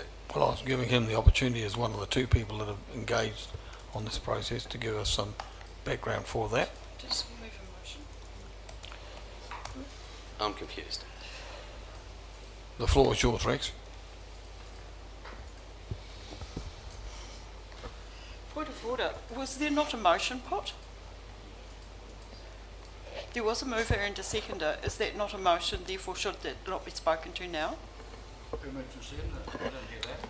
Tom moved and the mayor Tom moved and the And mayor the chair seconded. seconded it. Through yourself, Chair, yes, there was a mover and a seconder of a motion that's been put forward, so would need to go through a discussion through council at this stage. But I don't need to put the vote. You can hold over the vote, but you would want the discussion now. Okay, sorry for that then. Sorry, Rex. We'll start again. Other discussions in relation to the motion number 4, Rangi. To me? Okay. Yep. Right, look, I don't support something like Resolution 4 being put to us without any legal advice on the options that may sit within the Reserves Act, and I just had a look at the 1977 Reserves Act, that may be available to us. We're making a decision on something we have no idea about, and therefore we would be doing the residents a disservice if that is done, because within the Act, if you look at the section raised under, where is it, 24 or something or other that was highlighted in pen, there are things that are available to us. Now, that Resolution 4 kills it, and I'm not supporting, or I don't even want it on the table. It shouldn't be there. You can't just make something like that up and without us having, as councillors, proper legal advice. Yep. Well, that's an opinion, and that you'll be able to vote accordingly. Other councillors who would like to contribute to that? Evelyn? Tēnā rā koutou katoa. Revocation has been raised before during this conversation. I believe that yourself, Mr Mayor, spoke to the implications of that, which are wider than just Coopers Creek, which would mean that removing the reserve status, saying that council no longer wishes this to be a reserve, would result in raising the question of to whom the land may belong in the future, which includes offering it back to Te Rūnanga o Ngāi on the successors of those people who were previously owners in the land. I'm not going to speak either for or against, but I do wish to acknowledge that it has been discussed before. We have had legal advice before, or at least in part we have had legal advice before from officers. It's the revocation of a reserve is not a matter to be taken lightly, and I, along with Councillor Pottinger, if this is going to be a formal motion, would think that we would have had a legal paper in front of us to confirm what the implications to the city, not just to the Coopers Creek residents, but to the city as a whole, of making such a decision would be. As I repeat in these meetings, I do not have a vote on this matter, but I do think that we need to be aware as a table of making decisions without fully informed legal opinion in front of us. Other councillors here. Darren. Just checking for you do understand that the resolution means no change to current status? I know, but sorry, through the mayor, I do understand that. But what I'm really saying is, I'm neither saying we should or shouldn't do this. I'm saying that this is the kind of decision that we should have had signals of, that we should have had the legal papers for, and so therefore I'm supporting what Councillor Pottinger said. Thank you. Alan. So to vote for option 4 here in the positive for it, that would then still allow you under section 44 1E to have occupancies in that area, correct? Yes. And then if you go over to, and it becomes an option that's available in keeping it as a reserve. Yep. So it stays as a reserve. Correct. But people can live there, well, in perpetuity if they wish. That's another decision, of course. So, and that's under section 24.1, yeah? Yep. So to vote that in the positive means that it stays a reserve, and then could come back and do this here. Yep. Right. Correct. Ria. Through you, Mr Chair, just seeking some clarification to the act that Councillor Arnold just stated under 42.1. It doesn't actually allow for your rationale under the act, so I'm seeking clarification from our advisor to speak to that. Through you, Mayor Clark, as one of the public forum submitters highlighted today in an illegal opinion which was provided to this council by our advisors, so we have legal advice there in that section 8 or paragraph 8 of that legal opinion. It refers to section 44.1 and it refers also to, it still will require the council to make a change to the Sandy Point Management Plan, which would be a complete U-turn, which obviously is a consideration you have available to you today. What I do reference you to, however, when dealing with statutes and dealing with clauses within statutes, it's really important that they're read in totality, that they're read together. And if I take you to section 44.1, it says, except with the consent of the minister. So while the legal opinion talks about section 44.1, when we dabble into and delve into section 44 and 1, it still requires except with the consent of the minister, no person shall use a reserved for residential or any building, vehicle, boat, caravan, tent or structure situate thereon for purposes of permanent or temporary personal accommodation. That's what the statute says. So, except with the consent of the minister.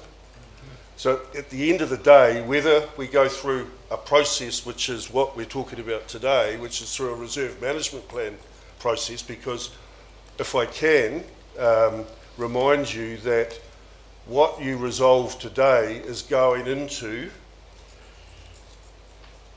section 9.3211 of the Sandy Point Domain Management Plan, which is then to go out for consultation as part of that management plan, draft management plan consultation, which then comes back to this council for consideration to then go to the minister through the Commissioner of Department of Conservation.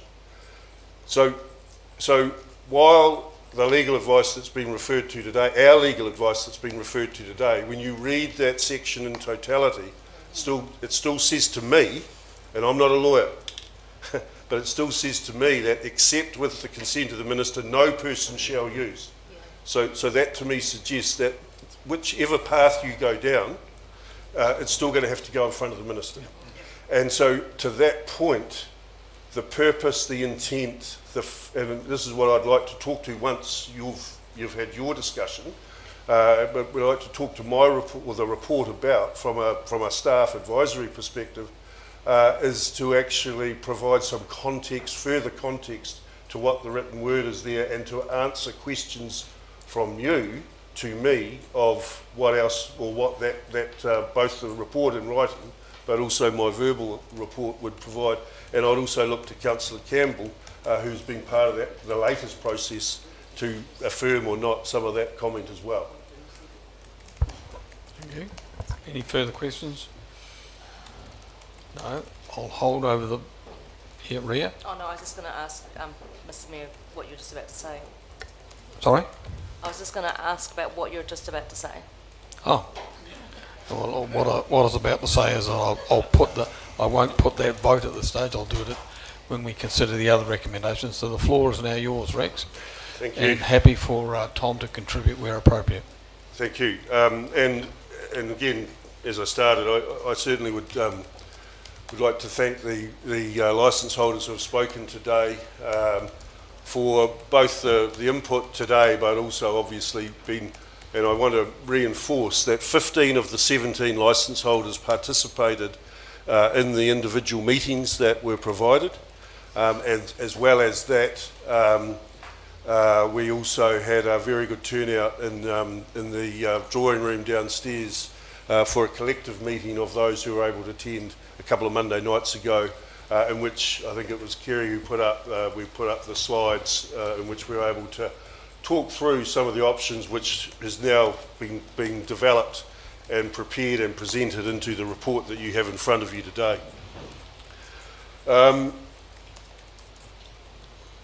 If I can, I just want to say that the papers that I have in front of me are work that I took, or that I undertook in about January of this year to start to do some research from our records into what is the Coopers Creek matter, and I have also conveyed that to the licence holders, that what I wanted to do in that research was basically do it as an independent or from an objective perspective, and just look at the data, the detail, the written material that was on file in a totally objective way, that I was then able to ask questions both of the licence holders, but also of our legal representation and our officers as well, and our elected members. So this hasn't been just since council made a recommendation or resolution in May or whatever it was to assign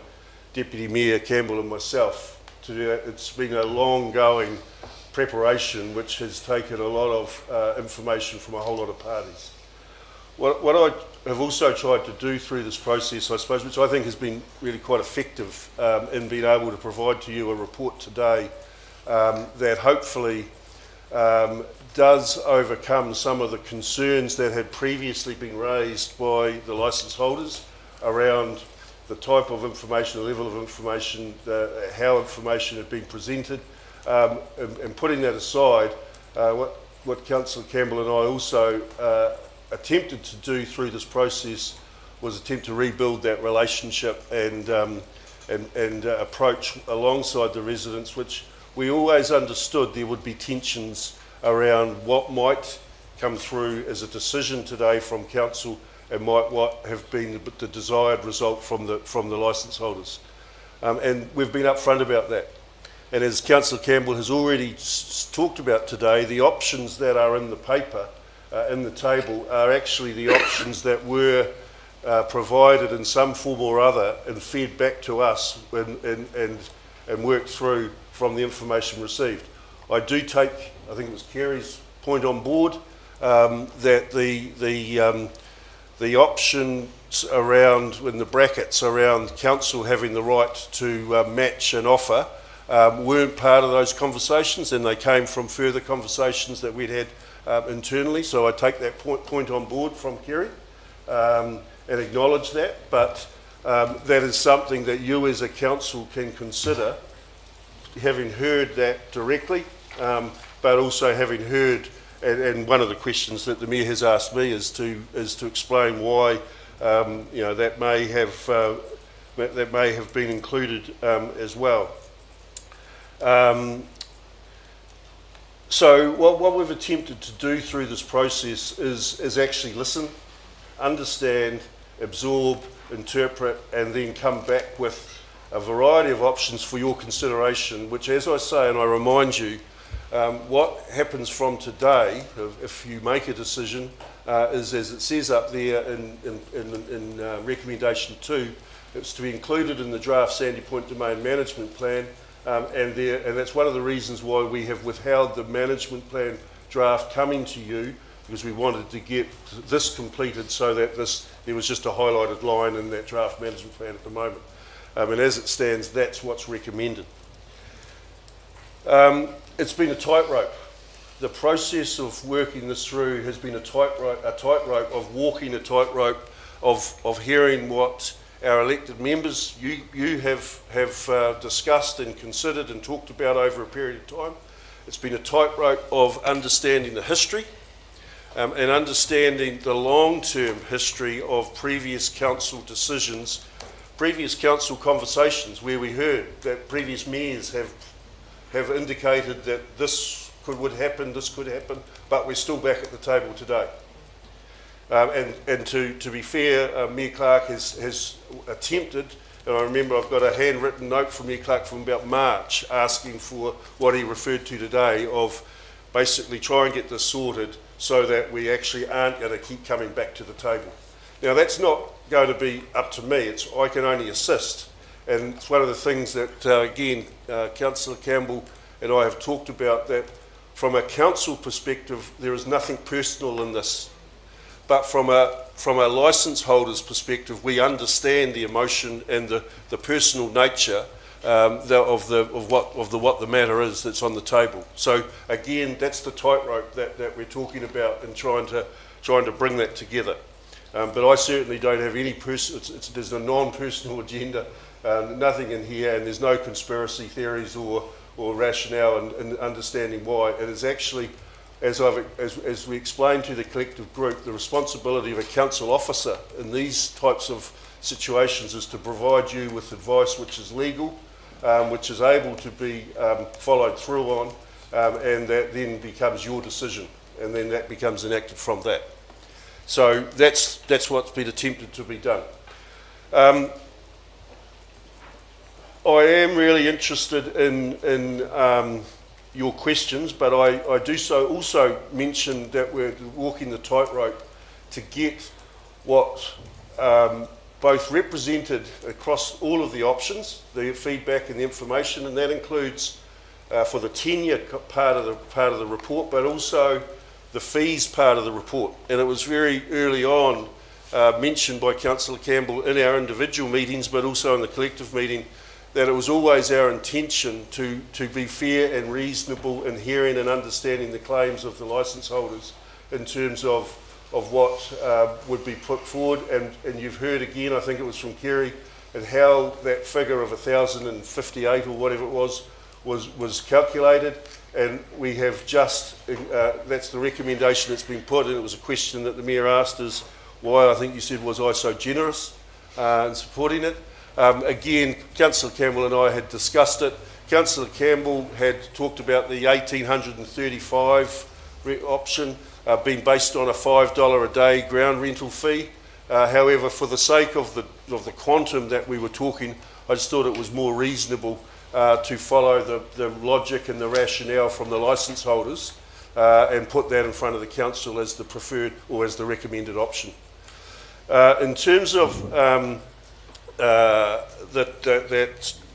tightrope again, I refer you to attachment 3, I think it is, of the report, which is the email exchange between myself and Boyd from Bonish, in which you can see in the last email exchange, I think it is, he talks about what possibly could get this across the line, and I've been working back from that to also recognise that was possibly not for the majority. I'm sorry, not for the universal total acceptance of all, but possibly for the majority that would be seen as being a reasonable outcome. And so a lot of working this through and massaging this to where it's got to has come based on those conversations with Boyd, who was at that time representing the licence holders as well. So that's one of the reasons why that has been put in there for your information as well, is that you can see that related right back to a conversation that we had when I was on leave in June to get it to that point through the narrative in those emails. In terms of the other thing I did also convey to the licence holders was there had been a lot of conjecture and discussion around the Memorandum of Understanding that again I have now included as attachment 1 in the information that you have in front of you. One of the reasons, and so I promised and conveyed that promise to the licence holders, that I wanted that to be put in on record on our papers, because there was a lot of concerns that previously council may have been, I suppose, not forthcoming in acknowledging or recognising that Memorandum of Understanding existed. I don't think, again, from what I have been able to glean from the previous parties involved, that there was any malice involved with that. I think that we just didn't have a record of it on our system. And actually, when we had the individual meetings, I asked the licence holders if we could grab a copy, and that we would then be able to have that record. Subsequent to that, we've also obviously received, you see in attachment 2, the letter from Bill Watt, or William Watt, with regards to his recollection of it. And as again the Mayor has asked, I have been back to our legal representatives at PR Law in the last few days and asked them if they could inform us with any further detail around the intent or the environment in which that MOU was prepared, because it was, and have an acknowledgement that it was prepared by PR Law. But it was never. But it's also been acknowledged by PR Law that they don't have a record of it because they don't have the files that going back that far. But also that was acknowledged because they have discussed or got in touch with the legal representative at the time who prepared that and was involved with those discussions. And he has come back and confirmed that it was never signed, but the MOU was prepared as you have in front of you today. So I think that's the second thing that the Mayor asked me to just cover off. In terms of the expectation of removal liability, it was something that was discussed with licence holders.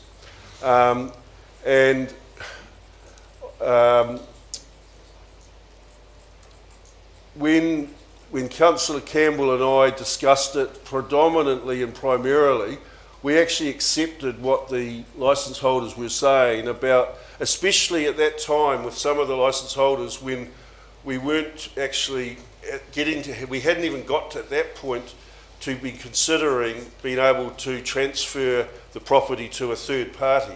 So it was considered, the conversations that we were having at the time with the licence holders was around if they were transferring it to a family member and a one removed family member, and they raised it then that actually, you know, how would you think they should feel if you were actually passing on a liability because you were passing on something that somebody was going to have the cost to actually have to remove themselves.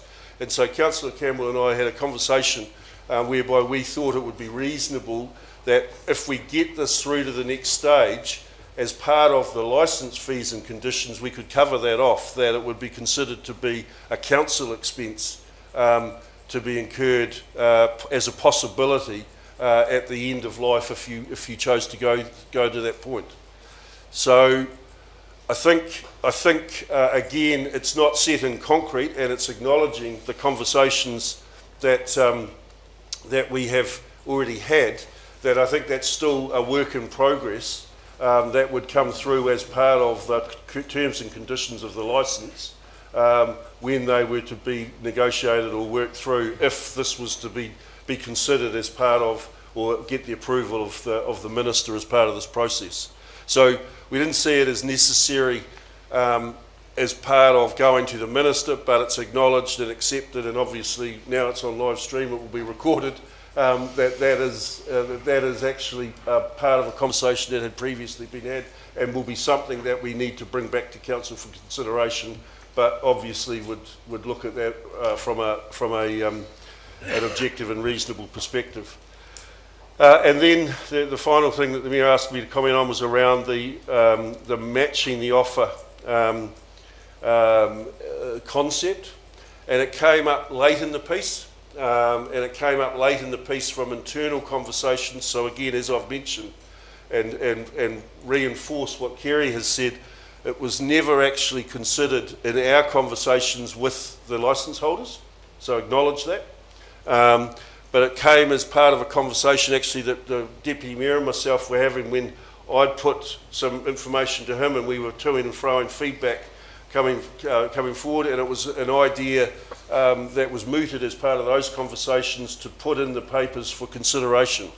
One of the things that was not necessarily a driver for it, but probably gave us an opportunity to consider was it could be seen as a way of if there are in the future coastal erosion issues, so not necessarily inundation, but actually coastal erosion issues, or other matters around coastal management and environmental impact stuff. I mean, what I've seen and been involved with when I was up in the North Island was councils working with communities like this on a managed retreat approach. And so it could be seen as a possible way of dealing with a managed retreat type approach, which we see with coastal communities, especially along the east coast of the North Island, where there's a lot of managed retreat conversations that occur between councils, and you'll start to see it now with Cyclone Gabriel conversations and so on that we're seeing. So when Councillor Campbell and I talked about it, we put it in there for consideration. I think it could just as easily be taken out, but that again is a decision of you as council and for your consideration today. I wonder if I could add to that. Yep, sure. Mr. Mayor, so look, it was my suggestion. I mean, thanks for sharing the blame with me, but it was my suggestion that we included it.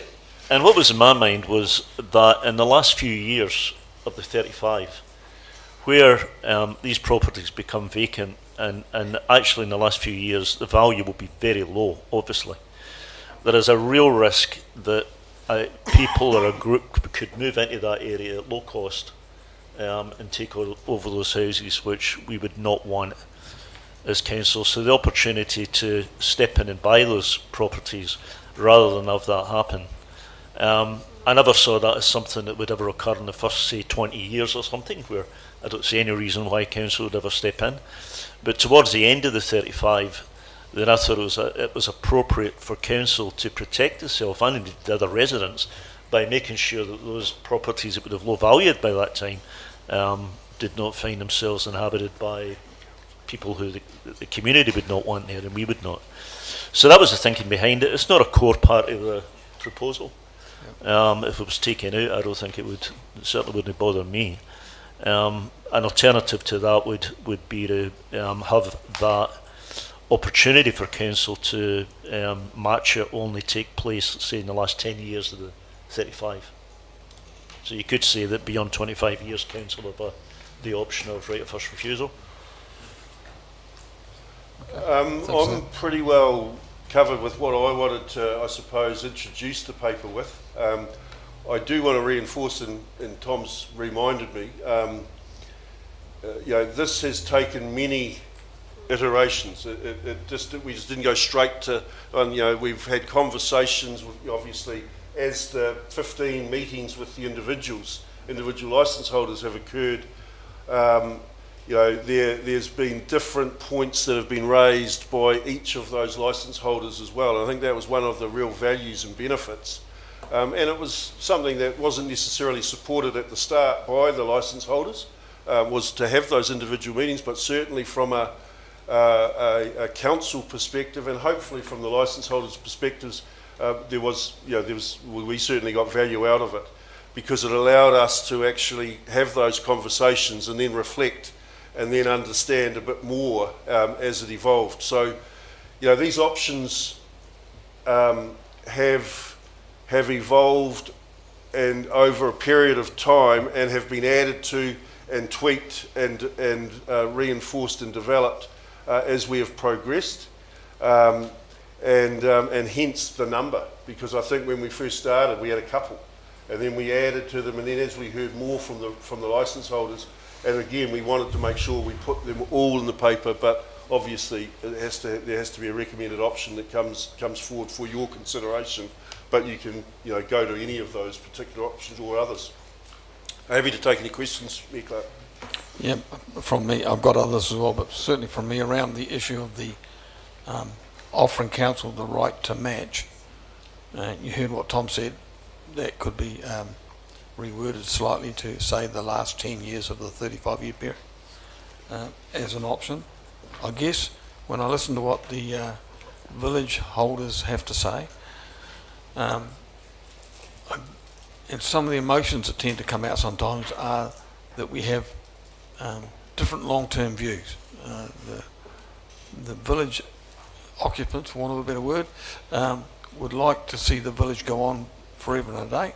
It adds value, social value to not only to the community but also to the management of Sandy Point, which is it can be messy at times. But then they see on the other side of the equation a sort of, I guess, a goal coming towards them that says eventually we would like to be rid of you. That we want to eventually have, at the end of 35 years, no houses at all. And that's why I floated before, I guess, the option of reapproaching the minister at some stage as well. And if that was at a 25-year stage, that might tie in quite nice. Just leave that with you. Rangi. Thanks, Chair. Look, my question is regarding one of the emails from Boyd, and it says this would be consistent with existing arrangement council has with the residents at Dunes Crescent. Now, I see Dunes Crescent is in the same reserve land that Coopers Creek is, and I see that you can go online to a real estate site and buy a property at Dunes Crescent if you want to. So what existing arrangement does council have with the residents at Dunes Crescent? Just because obviously it's been used as a... I haven't researched Dunes Crescent. But, I mean, this is quite critical because we have houses and you see the wee row of streets. I didn't know where Dunes Crescent was until I saw the email, and I've Googled it on our district plan, and it shows that those 8 houses run on a wee crescent in reserve land, and they're openly on the market for sale. I just looked at is it Ray White? someone. So I think this is reasonably relevant. If there is a group of houses that have some sort of arrangement, then what is that arrangement? Because Boyd's obviously pointed it out. Could I comment on that? Yep, certainly. Yep. When you look at the history of what became the reserve, you find that there were two openings of by council at its predecessor, Borough Council, of holiday homes on Sandy Point. The first one predated the second one by about 20 years. So the first one was at Already Beach, so it was the June Crescent and the one across the road from June Crescent. Okay. Yeah, those were offered with 21-year leases, as I understand it, perpetual leases.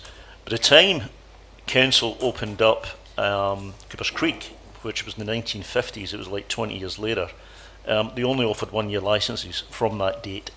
So at the point where it became reserve, Coopers Creek was caught up in the whole thing because they only had 1-year licenses, or 1-year leases, I think it was called originally. But anyway, 1 year. Whereas at the other end of the reserve, they had 21-year renewable leases. So it was based on when they were opened up, basically. Okay, but that gives me a bit of history, but it certainly doesn't make me feel any better for the people of Coopers Creek, because why can't we work forward to an arrangement like that? Through you, Your Worship, if I could answer that. Yes. I mean, if we were to go down a lease arrangement, a change, then again, it brings into play from the advice that I've received, the Public Bodies Leases Act 1969, which states that any new lease greater than 5 years is required to be sold through a public auction or public tender. So that would then trigger that clause, so would possibly mean for the current licence holders of Coopers Creek, they could be more vulnerable to actually not win that public auction or public tender process. I guess what I'm worried is that Boyd is a very well respected businessman in his field, and he has suggested that, and I'm sitting here having to make a decision today, and I guess I would like a bit more formal legal advice on this Dunes Crescent arrangement and the ability of Coopers Creek and all of that. I mean, Councillor Campbell's put forward advice and everything, but and I'm not doubting what both you gentlemen have said, but I'm just not comfortable until I get some proper legal advice saying that the Dunes thing, because I just looked at the property and it's a shack or a house or whatever near the beach, and it's in the risk of coastal erosion as well. So, sorry, the introduction of that email has given me strong points to wonder. It's my understanding that that particular property on Dune Crescent is a leasehold property with the lease due to expire by January 2032. Just FYI. I'm just going to go back to Rex for a minute. So is there anything that prevents us from satisfying both the recommendations we have today and then seeking a legal advice on what Rangi has raised? So if we approve what we want to approve today, it doesn't prevent us from asking the legal advice about whether we can match whatever's at Dune or not. Okay, thank you. Grant. Yeah, thanks, Chair.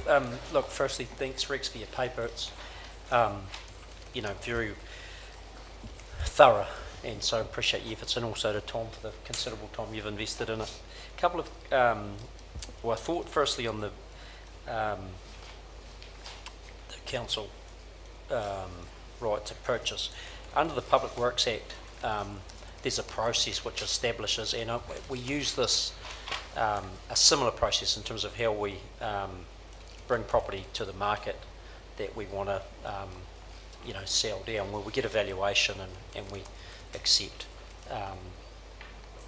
usually an offer around that. So I wonder if that gives us some guidance as an alternative way if we chose to go forward on it, where we reference the Public Works Act as a precedent around, get a valuation, and then that's what the purchase price is, as opposed to a market established, because a valuation obviously is a much more thorough process, takes account of a fuller piece than often the market will. So it's just a thought. Don't need any response at this point. The question I'm interested in, it was raised, I think, by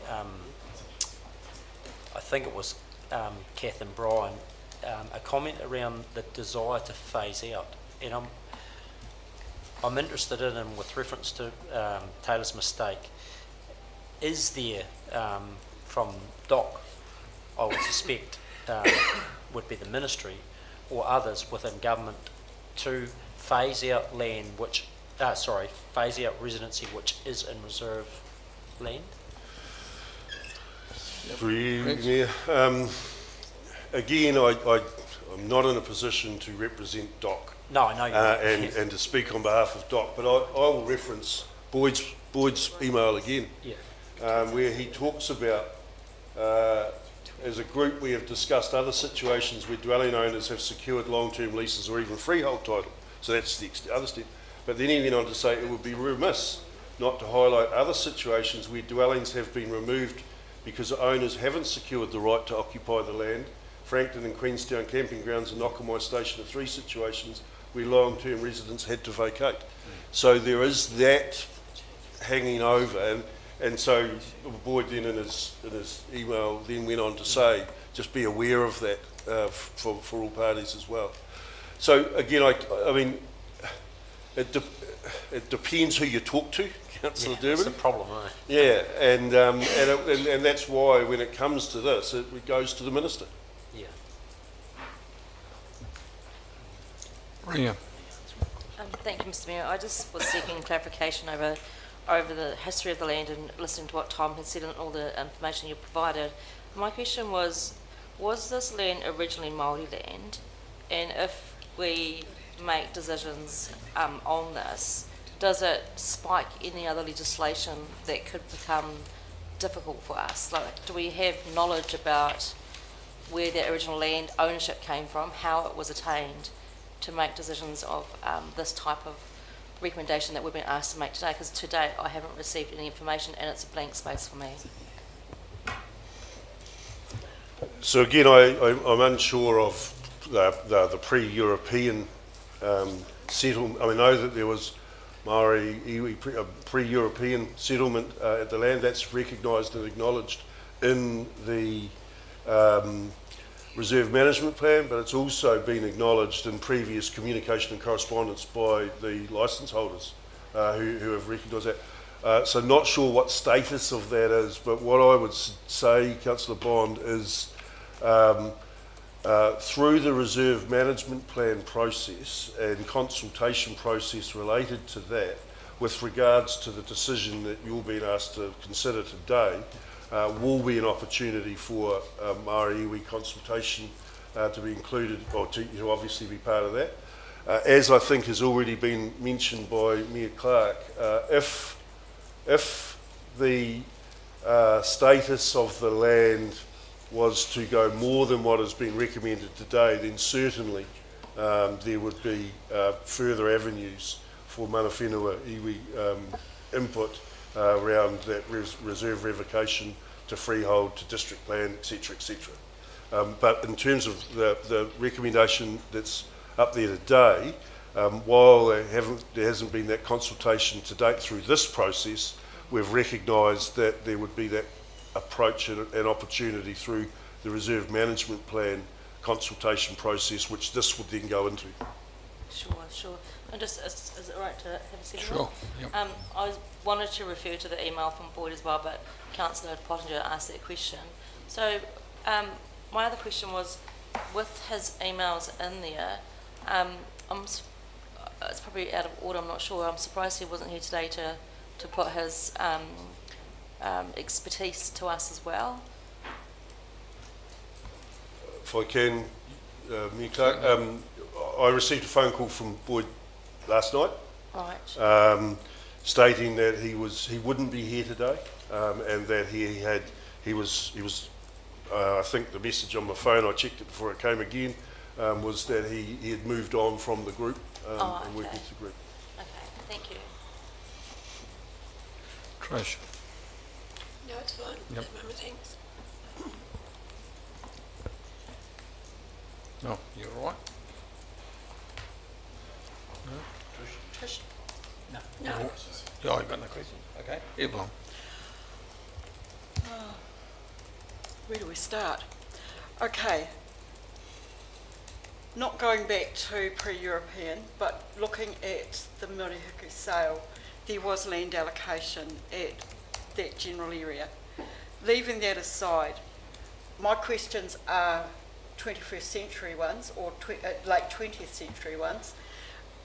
It is my understanding from all the readings is that at least since 1991, every person who was a leaseholder has been aware that the management plans indicated that the future of settlement there was extremely limited.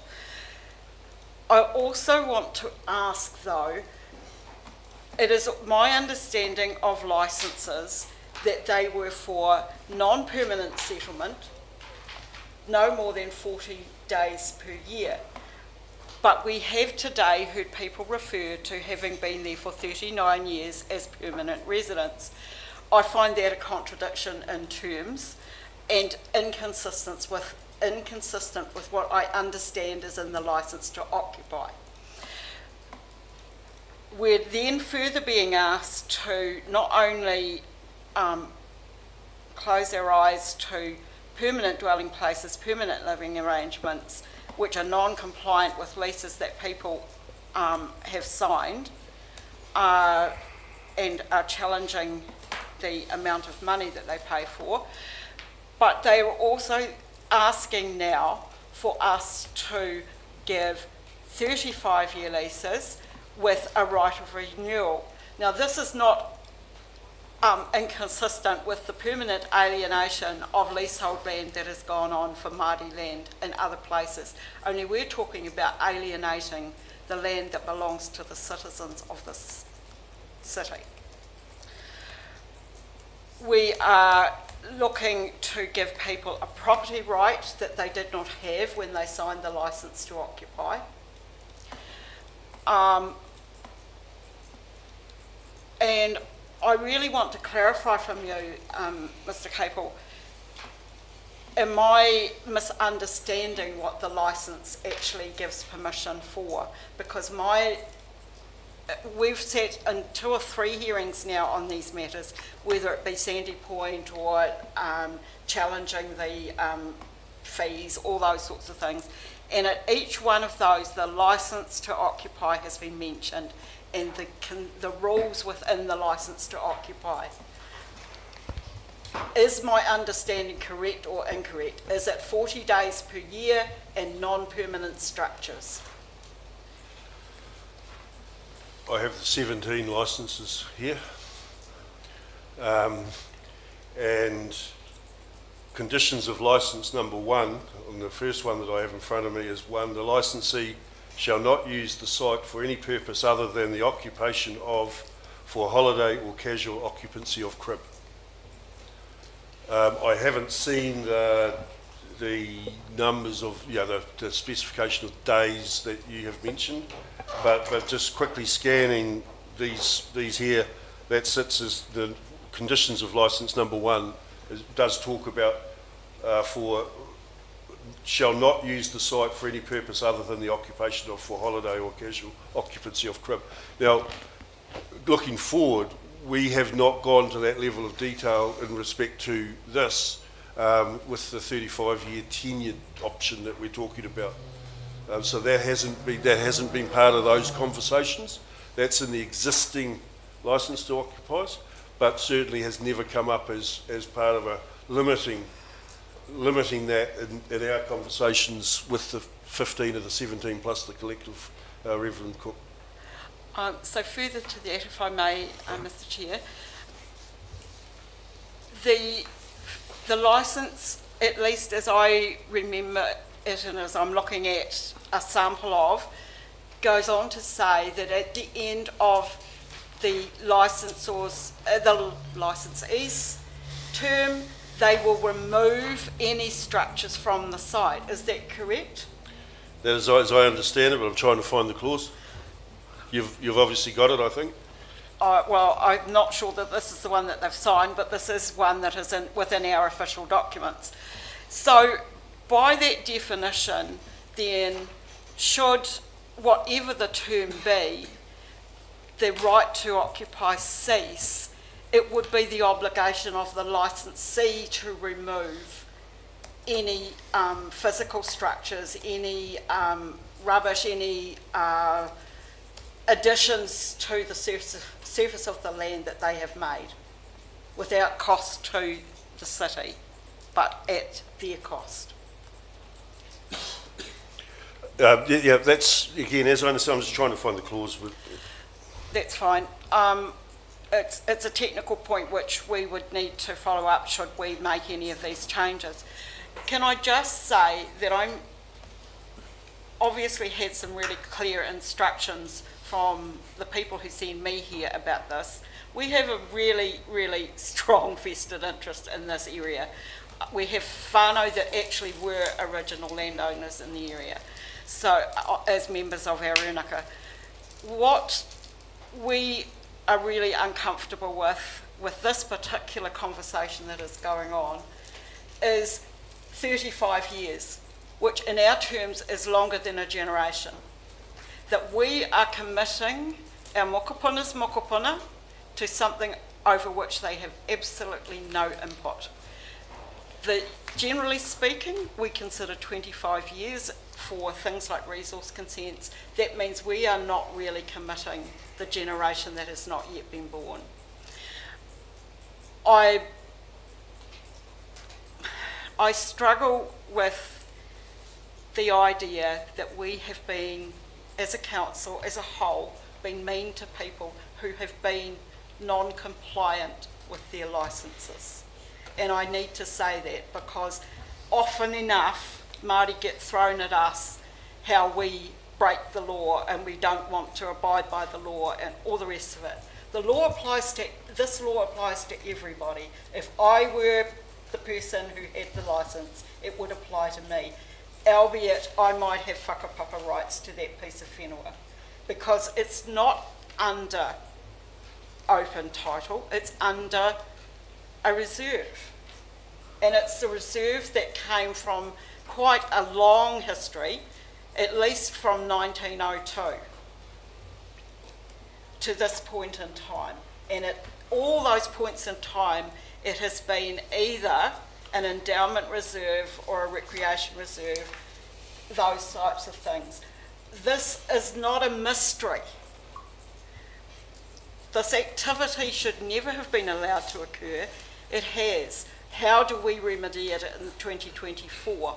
And how willing are people who have received the benefit of being there, not free, but have been given quite strong signals for most, if not all of the time that they have been there, that this will not continue. And just to add to the conversation about where it might be happening now, I would refer you to a, oh gosh, I've just moved past it. It's a article in the press in May of this year about the Selwyn huts, and that is Department of Conservation terminating and giving a very clear signal. 2039, that's it. So we are not being any different. All these anomalies are being reviewed by lots of different parties, but mostly including the Department of Conservation, which has the say over this land. Thank you. Can I please just confirm, sorry, Mia, just confirm Reverend Cook's final point that I was trying to find in the licences, and confirm that you are correct. The final clause in pretty much all of these licences talks about The licensee shall be entitled to remove any building fences or other improvements owned by them from the site, provided that they be liable to compensate the licensor for any damage caused to the site through the removal of the buildings, fences or other improvements as defined. Thank you. Alex. Oh, that's me. Oh. Whoa. I've got just 2 points to make. Firstly, thank the Lord for technology, because a very quick Google on Dune Crescent was able to retrieve the fact that the leases at 9 Dune Street, 19 Dune Street were 21-year leases that were issued in 2011, so therefore are at the end of life at 2032. And the one for 7 June Crescent ceased in 2007 because it was issued as a long-term lease for 20 years in 1987. And the second point that I wanted to talk to was that we actually have had a legal opinion on what occurs and whether or not te runanga o Ngāi Tahu have to be considered and consulted with during a revocation of the reserve status application. If we do decide to go down that road and that does go to DOC, it is DOC that actually consults with te runanga, not us. We also do have to put in details of how we have already consulted with local iwi and hapu, and the current and future purpose of enjoyment of the reserve, which we've already seen precedent, as Reverend Cook just said before, right around the nation of when these things are going forward. So I think the Mayor's quite right in how we did put up the resolution in the first instance, because that is the critical decision that we need to make first, whether or not we're going to go into this process. Those are my 2 points for now. Thank you. Tom. So actually, probably the main thing I was going to say is what Alex has just said in the last sentence. In my view, having spoke to residents now many times, as I said at the beginning, they've never relented at all in their wish to have a perpetual right to live in that land. Whether it's 35 renewal, or 5 renewal, or 1 renewable, it comes to the same thing, it's perpetual. And they have expressed that wish right from the very beginning. I don't personally think that anything other than that is going to satisfy them. We may offer something, less than that, and they may accept it because it's better than nothing. But it'll just be next year. It'll be another debate, and it will rise again. So, in my view, unless we were prepared to consider revocation, which you put up at the beginning in the negative, so we need to be careful about the wording, but unless we were prepared to consider that, and remember the stage is not only whether we can sell it to the Commissioner or whether we can sell it to the Minister. The question also is for us as Council whether we would wish to revoke. So that is a question that we needed to ask ourselves. So I think it was an appropriate question to ask. I don't think we need legal advice on it. The question is whether Council would be prepared to go for that. In my view, if we are not prepared to go for that, then frankly I would leave status quo, because there is no point in pushing on residents something that they have already said today that they simply do not want, and to the extent that we can accept what two of them said, that they're speaking for 100% of residents. They do not want that. They want something in perpetuity. I don't think we should force something like what's on the board like up there on them. I think we should just let things be. Now, the successive barriers that people have raised about could we do this or could we do that, I think we should remember that Council have wrestled with this issue for 30 years and has gone down the same rabbit hole many times, right? There is no simple way through this. Again, Chair, my recommendation to you would be that we do consider that issue, whether we would wish to support revocation. We might find we get legal advice subsequently, simply cannot do it. But we know we have done it before. We have revoked before, so we know legally possible to do. It may be very, very difficult, but I think we should put that question. And again, it's not only a question whether we think we can get it through the Commissioner, it's a question of whether we as a council would wish to revoke in that part of Sandy Point. I think if we do not, then my view is that we just leave it as status quo. There is no reason for us to change at all. Got one more quick question. Trish? Basically, Tom said it all. No. It seems to me we need to go with what you put up first. We need to either decide to revoke or not. And then then it's whether we have option one, which was the status quo, or go down the various commutations of the long-term licence. But I think we need to do the reserve first and then see where we are from there. Yeah, I'm going to ask Rex a question, and I've got you, Alan, and Tom as well. But I heard through both of you that the overwhelming desire of the community was to have some safety or security around those leases. And to me, it seems to me that if we go to a status quo, which is an annual licence approach, that somewhere along the line, maybe not this council, but a future council could say, we just want the place cleared away. And so we won't offer any more licences, and we'll give 12 months notice or whatever for you to be gone. Where if we give them 35 years, we secure that future as far as we can push the boundaries at this stage. So Rex. Can I refer you to the report, just, I'm not sure what it is in books, but page 3 of 16 on the report, and the general themes of feedback from the meetings, and the first 3 bullet points, or first 1 and 3 bullet points, again, I think pretty strongly suggest and that a critical requirement for the licensees that I heard through this process was that many identified 35 years as being a better option than the annual tenure currently. And then the third bullet point, the bottom bullet point on that thing, 35-year period was seen to be favoured by many, but more so if it was transferable to a third party and not restricted to family, which is, again, what we've tried to do with that recommendations. Yeah. I then refer you to the Boyd's emails on two occasions where he talked about discussed the security of tenure being number one.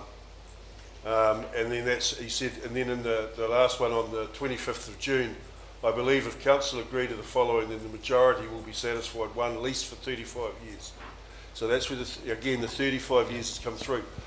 And I do want to question if you do go down the path of status quo, and you might not like be asking this, but I would ask, as from an officer's perspective, I would want that defined. What does that mean? Because I've got 17 licensed to occupiers that currently exist. Is that the status quo? Because then that opens up another serious concern from an officer perspective of having to actually enforce those.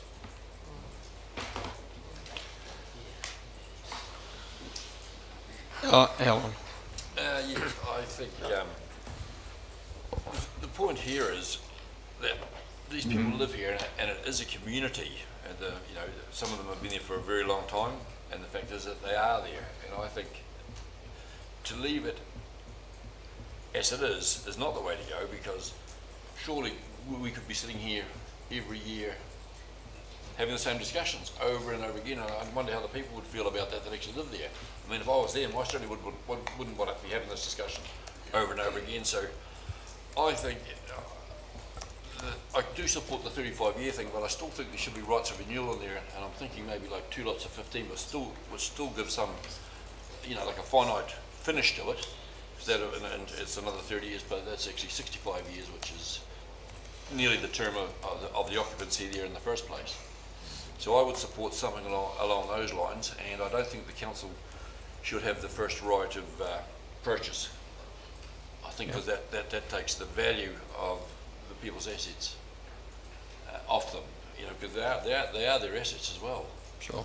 And I think there are most people don't even know they're there. The people that live there,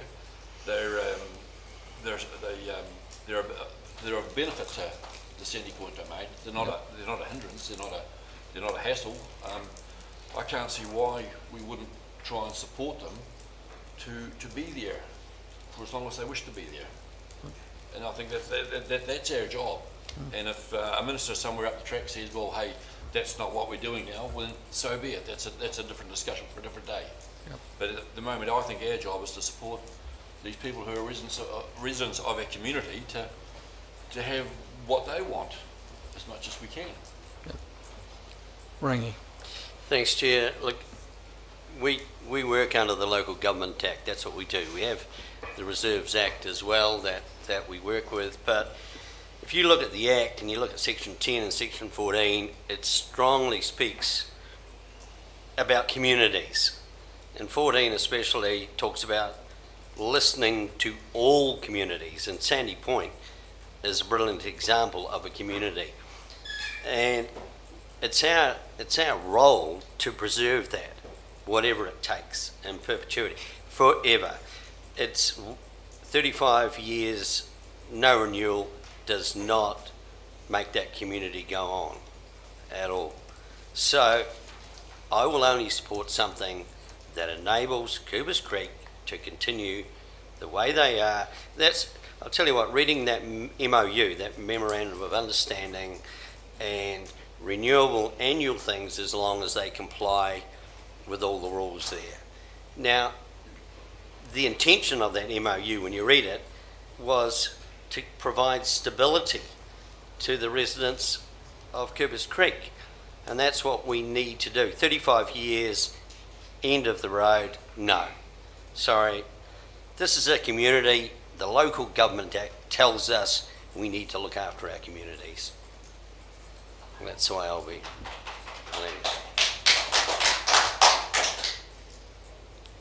I'll get you to comment in a minute, Rex, but just to say, I don't want to head the Coopers Creek people into a approach to the minister that does not get over the line.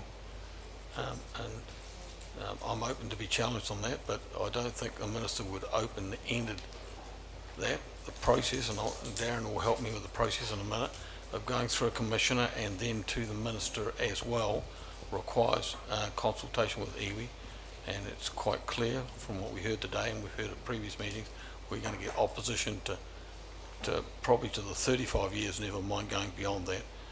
And I've asked management, so you can clarify this for me, if we offer a licence up based on ministerial approval for 35 years, there's nothing to stop us going back to the minister 25 years down the track and asking for an extension. Now that's the advice I'm getting, so if you can affirm that that's the case, that would be great, because it doesn't lock us into being end of term come 35 years.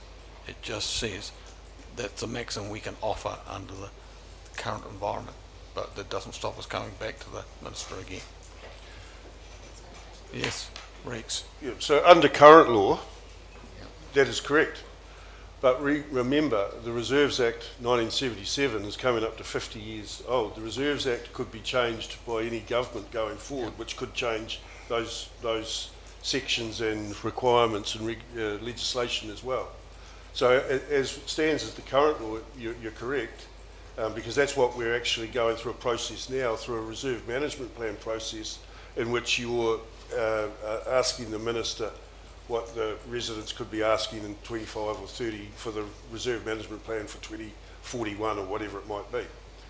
The other comment I'd like to make in response to Councillor Pottinger with respect to the MOU, the MOU that he referred to, that was prepared back in the 1990s, I understand it. The legal advice, or the advice that was provided yesterday through our lawyers, was that the reason, he said an MOU was drafted but there was no ability under the Reserves Act to sign it. That's what I've got here in an email. So again, my role is to provide you advice that supports the legals side of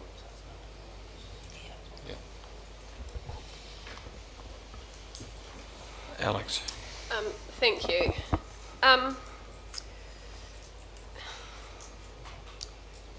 the revocation of the reserve status, has to go through all of the affected parties, has to consider current and future use, has to be consulted with iwi, has to be consulted with the community. It's pretty clear that is quite a long and arduous and unlikely outcome. Yep. If such case that did come up positive and the minister did agree to dispose of the land, we would still end up going through quite a lengthy process. If the minister declines our proposal, is there such mechanism for them to impose a particular outcome on the residents that is compliant to legislation and iwi? Are we going to go into a process with the residents potentially that could open them up to considerably more risk? Because there's a lot more eyes on the process. The minister's involved, DOC's involved, Ngāi Tahu's involved, there's so many more fingers in the pie that by the time, the options that we're currently considering now, if we don't enter into a revocation process, they may not even be available at that point. Is that a risk? Well, I'll get Rex to answer that, and Tom can add as well.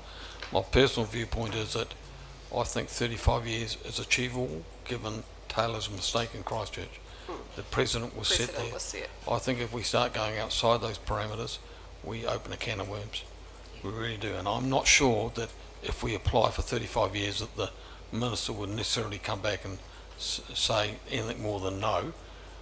Whether you come back and say, well, yes, you can, but you can only do 15 years or whatever. I don't know about that. It still has powers for imposition of different recommendations than what we've arrived at. I just think that 35 years gives all the current licence holders, all of them, tenure to the end of their life or when they ask to leave.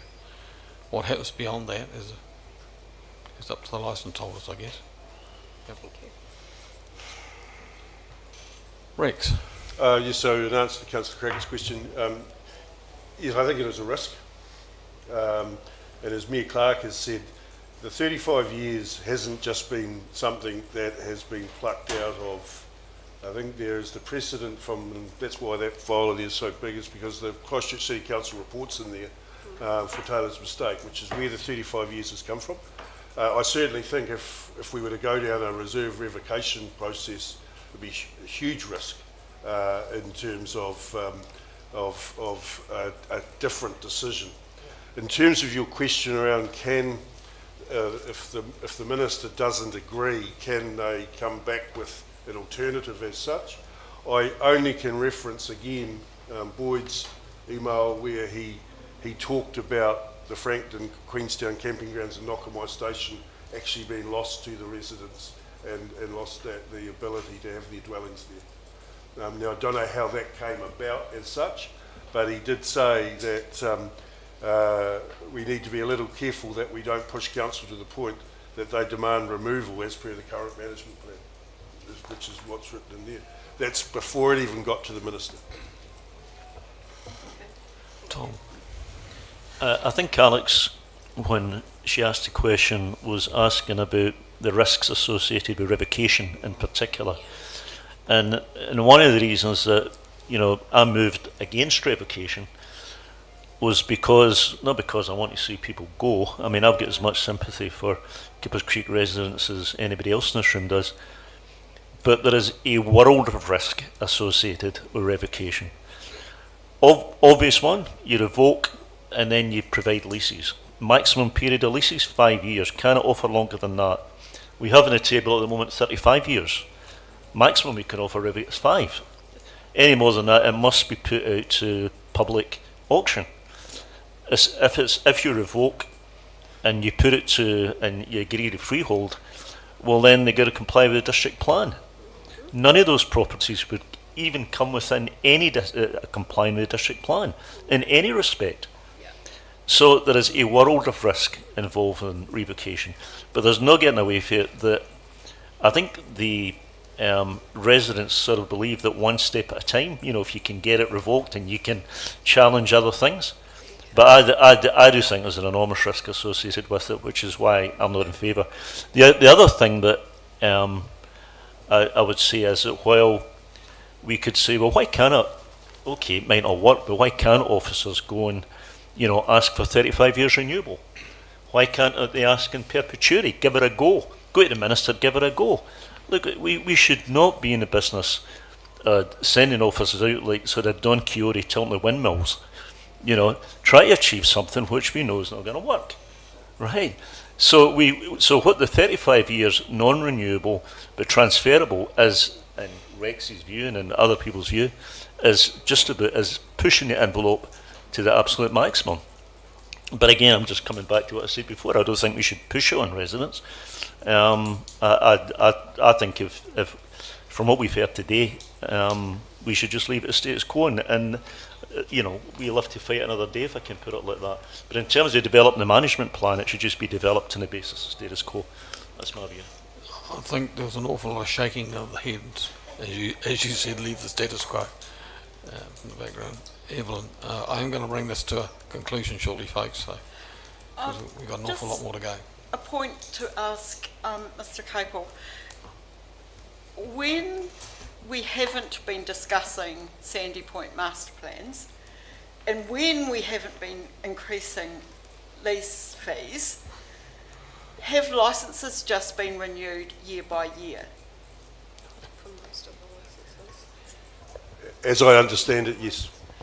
So between 1991 and 2024, how many times have you got any indication how many times this came to notice of council that weren't involved with master planning?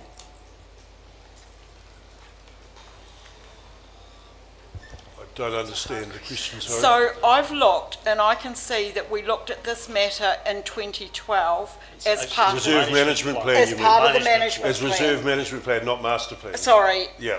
Sorry, my wording was wrong. I apologise. So the last time that the reserve plan, 2012, I couldn't find this level of conversation happening in 2012. However, it was signalled in 1991. So the recent, almost my whole life sitting at this table, has been at least once a year we've talked about this in one way or another, which is mostly about cost of licences. But before that, there was very little. Everything, the licences were just signed. We never monitored compliance or any of those things.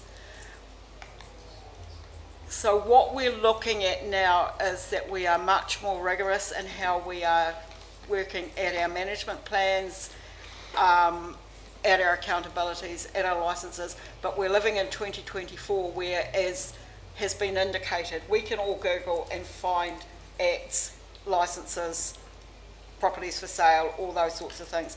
This is the difference. Yep. The licensees must have been aware of all these things as well. I am still struggling with the idea that people, no matter how emotionally attached, have built a life on shaky ground, so to speak. You build your house on a rock, not on sand.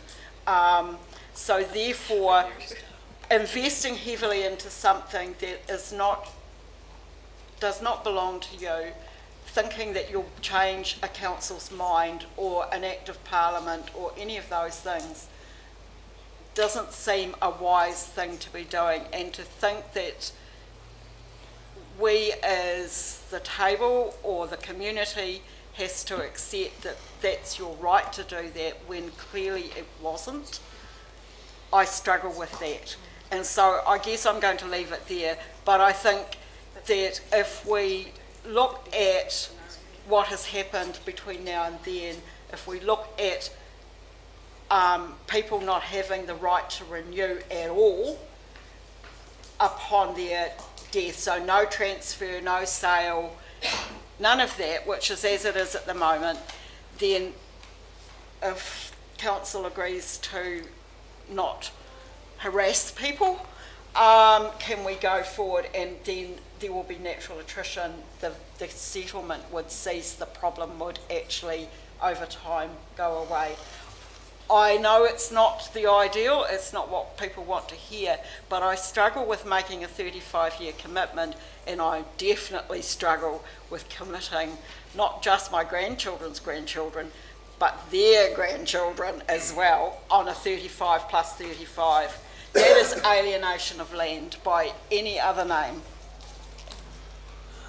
So for that being the last speaker, for the benefit of just responding to what was just said, it's my understanding that we have approved sales and transfers, so that's the status quo does not prohibit that.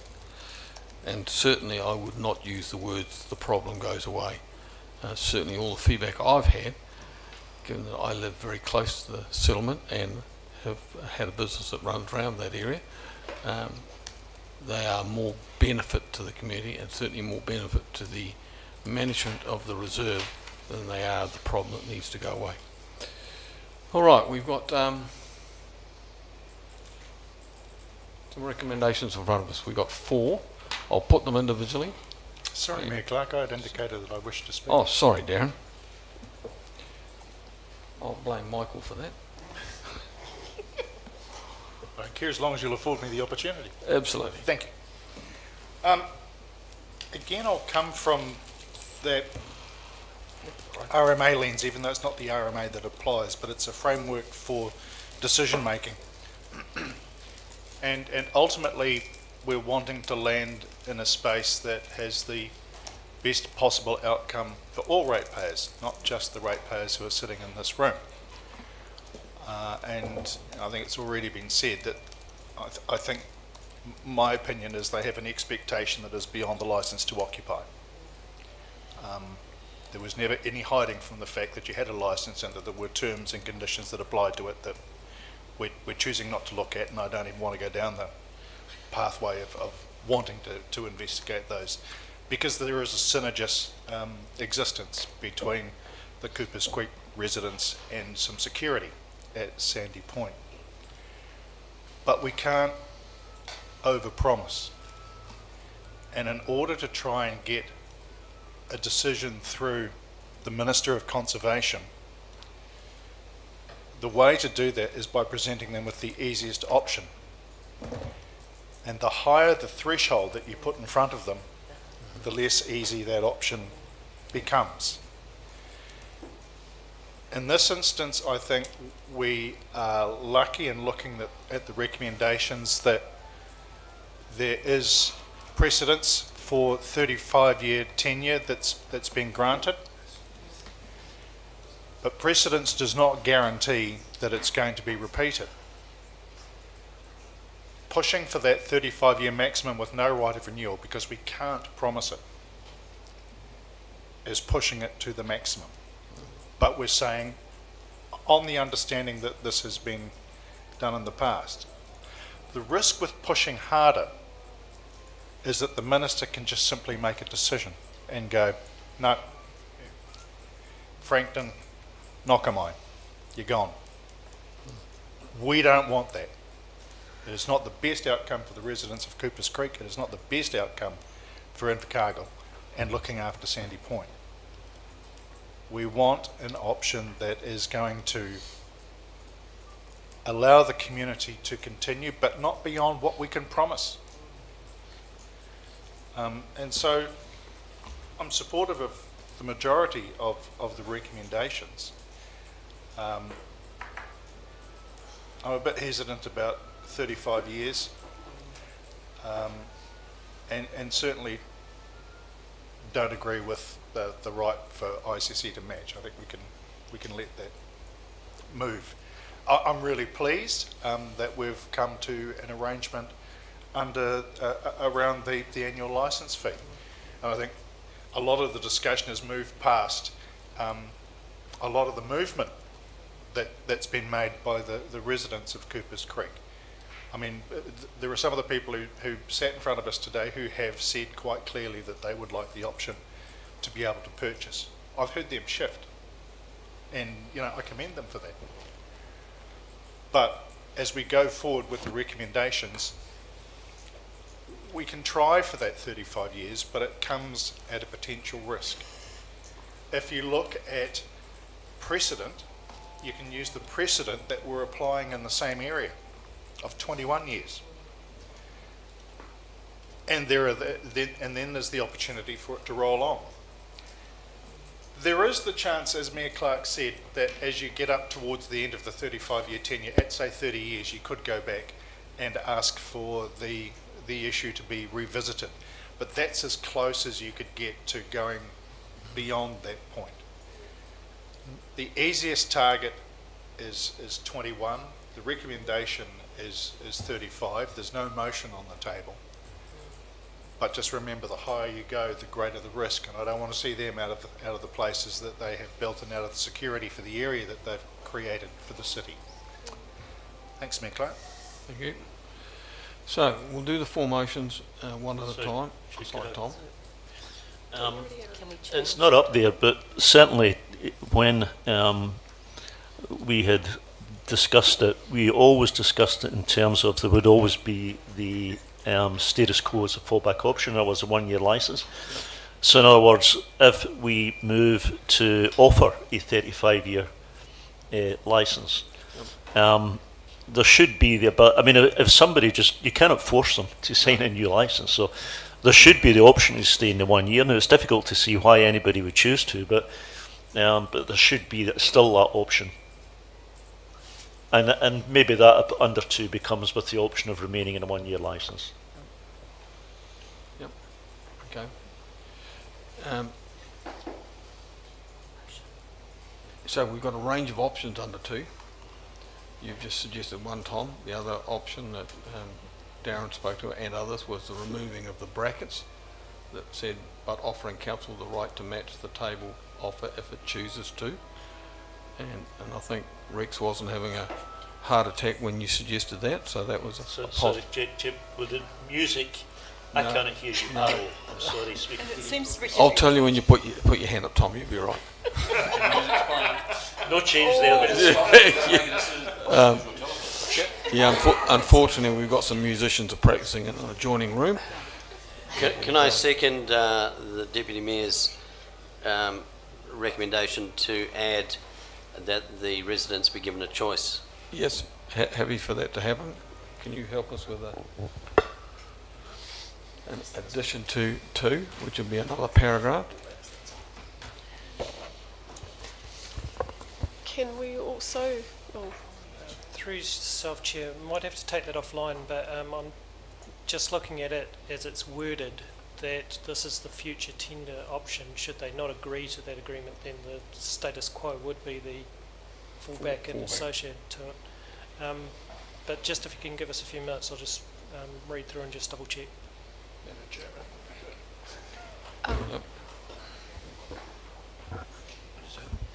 Through you, Chair, there's been a lot of discussion this afternoon about reducing that, or aligning, I suppose, aligning the offering the council the right to match the tabled offer if it chooses to, with the, I guess, the end of life piece of the lease. So maybe potentially reducing that to, or aligning that with perhaps 25 years or 20 years. So it's at the end of that lease, or sorry, license transfer, rather than like if somebody decides to liquidate their asset right now and then pass on the license with that, it's at least relevant for another 25 years or 20 to 25 years.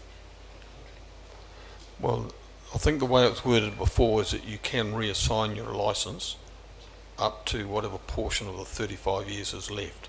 Yeah.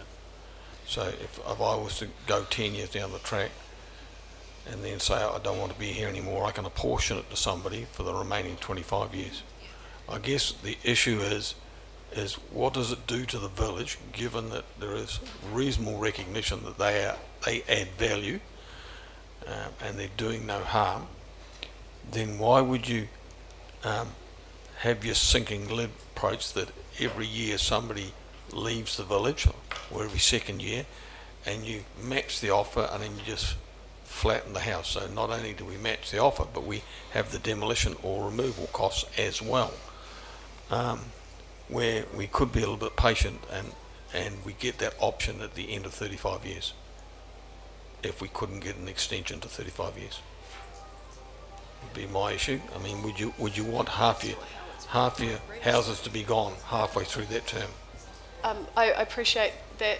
I think that is absolutely the right intent, Mr. Mayor, and I agree with you, but that's not how the resolution reads now. Well, after chooses to, then Alex, would you add in the last 10 years of the licence, perhaps? Because just the way that it currently reads now, it reads that at any time, effectively, the council has to be offered the right to match the tabled offer as it chooses, if it chooses to. So I guess I'm trying to figure out a way that we can protect the residents by time gating it. Would you not just remove it? Because, I mean, the council can always buy them anyway at any time if they wish to. Correct. On the open market, so Yeah. why have it in there at all? Yeah. Well, that was my But view, it's the that we right take the brackets to- out. At that end.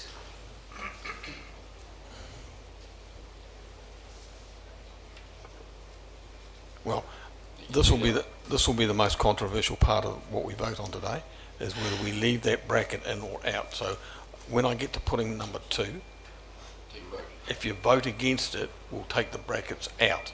If the majority vote for it, we'll leave the brackets in. It's effectively going to do the exact same thing, regardless whether or not there's brackets or not. Yeah, it doesn't make any difference. Brackets make no difference. Because we've got 3 options in front of us around the brackets. As it is, change it to say in the last 10 years of the lease, Yes. or take it out. They're the 3 options. I would be comfortable with having, if it chooses to, in the last 10 years of the licence. Yep. That, I think, gives the current, or the licensees the security that they will retain that licence without even having to offer it to, unless they want to, Yep. without having to offer it to council. So we've got to go through a until the process last 10 of years. elimination. So when I get to 2, I'll put it as it is. And if the majority don't like it as it is, then we'll go back and amend it. Because otherwise, we're going to have 3 sets of voices on 3 different issues. So the recommendation 1 is to receive the report. Darren, Ria, thank you. All those in favour? Aye. Carried. Recommendation 2 has the amendment in it. Just to clarify, I did seek advice in relation to it. We believe that the way it's worded at the moment would still suffice in relation to that. Okay. So if the agreement was not reached in relation to that 35 years as they took it up, then it would stay at the existing. However, that would mean that the existing would need to be enforceable in relation to that as well.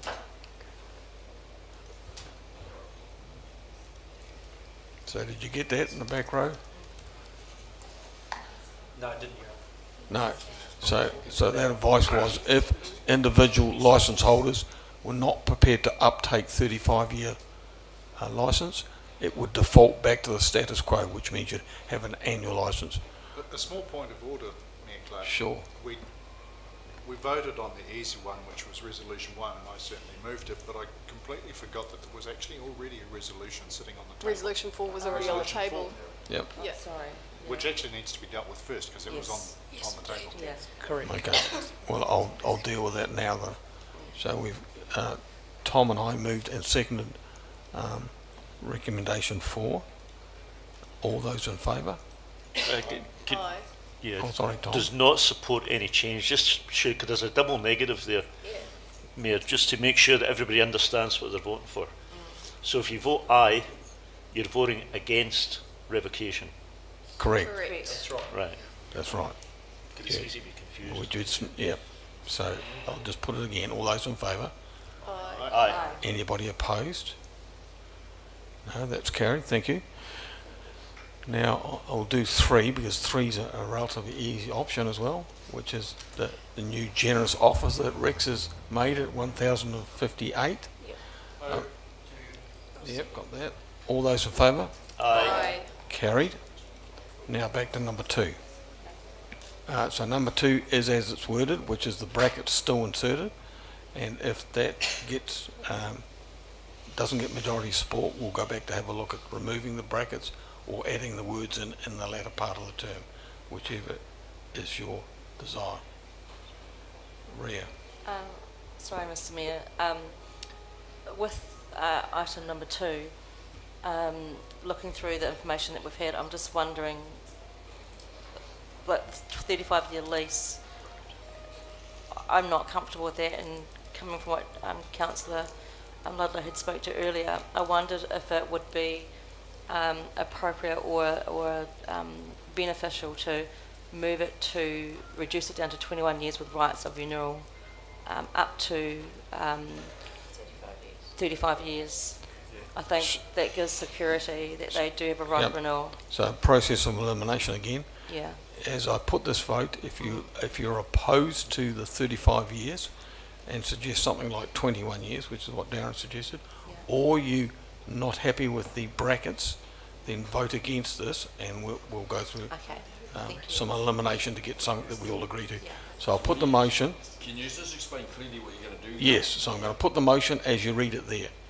If you don't agree with the 35-year licence and think it should be shorter, be it 21 years as Darren suggested, because we've got precedents already within Invercargill for that, then vote against 2 and we'll go back and amend it with further motions. No, but what if I agree with 30 years but I don't agree with the brackets?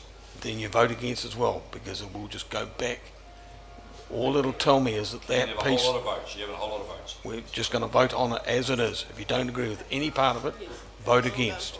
I do, but I do agree with some parts of it. Going for that. Well, the two key things are there. If you agree with 35, It does the same. then you agree with 35, don't you? Yeah, I agree with 35, yeah.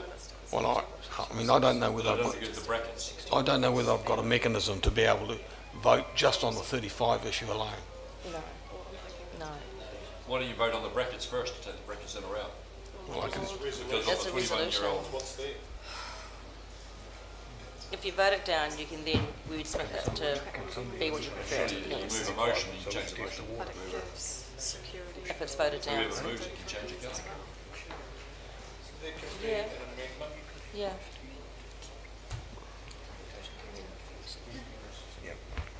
so the advice, Well, I'd like to move an amendment that we take the brackets out of the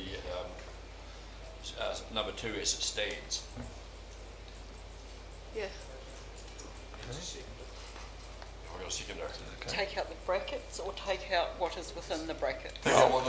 just removing the words, Technical. yeah, which is matching the offer. That's what we're removing. So I've got a mover and a seconder. I'll move that as an amendment. Yep, sorry. Barry seconders. All those in favour of removing the words within the bracket? Aye. Division. Anybody opposed to that? Calling a division, thank you. Certainly, I can do that. So we need a division vote on that. So again, the options are to remove the wordings within the brackets. All those in favour, please raise your hand. And so that's carried, but for the benefit of the record, if those that are voting against that, would you like your votes recorded? Yeah, I was opposed as well. So you're I opposed? just said I was opposed, so if you record me. Yep.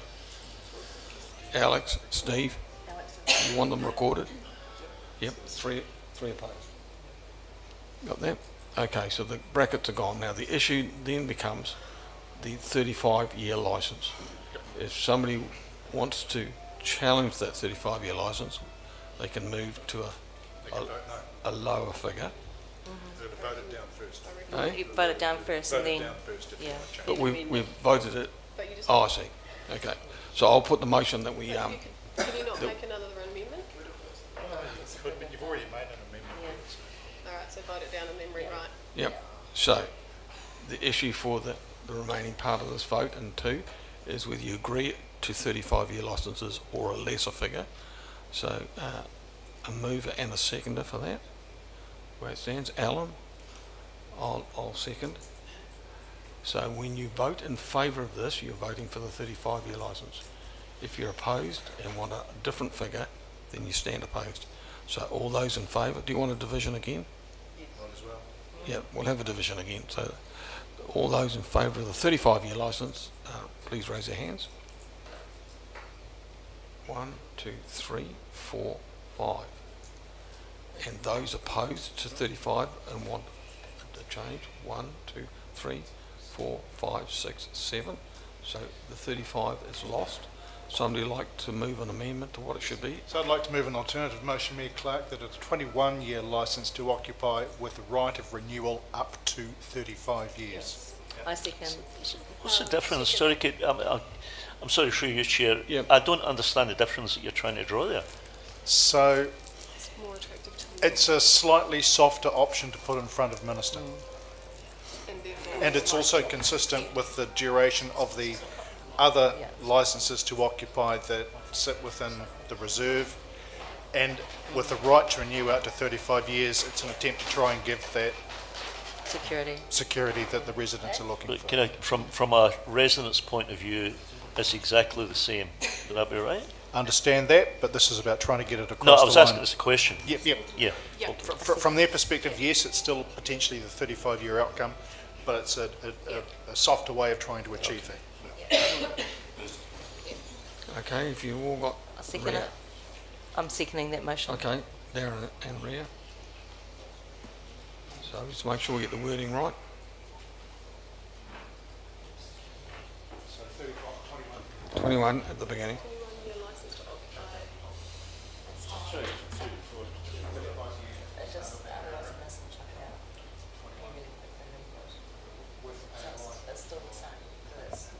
with right of renewal up to 35 years.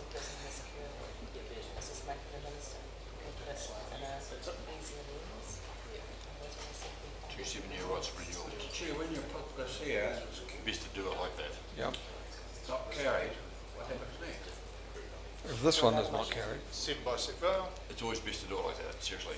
yep. Two 7-year rights of renewal. but that can New form licence. the Another wee, the lease. another wee factor is that it's easier to go for an extended rights of renewal than it is to go for a new lease further down the track. Yep. That's a fact. Okay, so the wording, commercial though. we've got the wording there. Rex has slumped back in his chair, so that's an easy position for him. Talking to the licence. Talking to the locals. And we'll do a division again, so we're quite clear about who's voting which way. All those in favour of what you see in front of you, which is a 21-year lease with a right of renewal up to 35 years and the ability to transfer to a third party. I think there would be argument whether it means that the right of renewals for another 35 years. I prefer Alan's wording. I think Alan's wording is better. To a maximum of 35 Yeah. years. Well, if you say to a maximum of, Yes. but even then that could be taken as a rate of renewal to a maximum of 35 years. 21 plus 2 7-year rights of renewal. What Alan's Yes. proposing is 21 plus 2 7-year rights of renewal, which I think is clearer. Yeah, And it's, yeah, I agree. I get that, but it's not his motion. But- So, To a maximum of 35 years achieves the same thing, so you could do it. The mechanism It doesn't matter is what the structure extension the is lease is the going extension on. is to a maximum of 35 years Yes. or the whole thing? No, the extent. Because I could just see council sitting in 25 years' time debating what that meant. Surely they wouldn't do that. They'd be brainy enough to realise. When you have a rights of renewal, you normally have... You're going to be the only one that's going to be here. Wow. so this I'll be is the your lead then. motion to consider, Darren. And Rhea, you're listening as well. Two Of 7-year. 7 plus 7. Maximum. To a maximum. Oh, jeez. Oh, Spain's Good going old to be Spain. renewal. Yeah, Sven's come today. Got more Nordic Yes. to a max, rights of renewal to a maximum of 35 years. Of licensing. You need to put of years licensing. between the 7 and the 2 as well. And then with the new licensee, Should be 7 plus 7 years. then retaining the license. Oh, hang on, no, sorry, that. You've No, got that's, to, actually, that's unnecessary. So just you've got to have the right of renewal in there. The right of transfer. 7 years plus 7 years. 21-year licence offer. The 7 right plus 7, you renewal. need to put years Yeah, after. you got to insert the word years after 7 7. years. With the right of So transfer it's not to a 7 third days. party. Yep.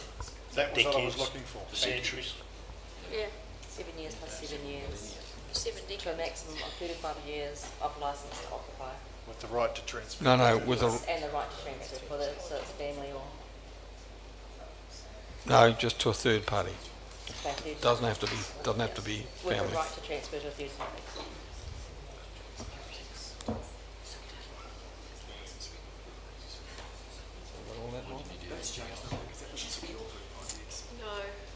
No, No, that doesn't secure, yeah. it doesn't secure the 35 It gives them the years. first right Why to is it going to be renewal. Artie? You don't need to add anything Sorry, to it. Rex is putting his No, hand no, up. that's a different thing. The transfer. That's different to what we asked for. That's secure at 21. Yeah. It does more than secure 21, Steve. It secures 35 through a different way of verbalising it. To a maximum of 35. With the right, so they have the right of renewal. I'll come to you in a for minute, 7 Rex. years and then another 7 years. So it's essentially it's a 35-year lease, but by The only ones that can be renewed. Nobody else. Well, for me, it's going to get lived in.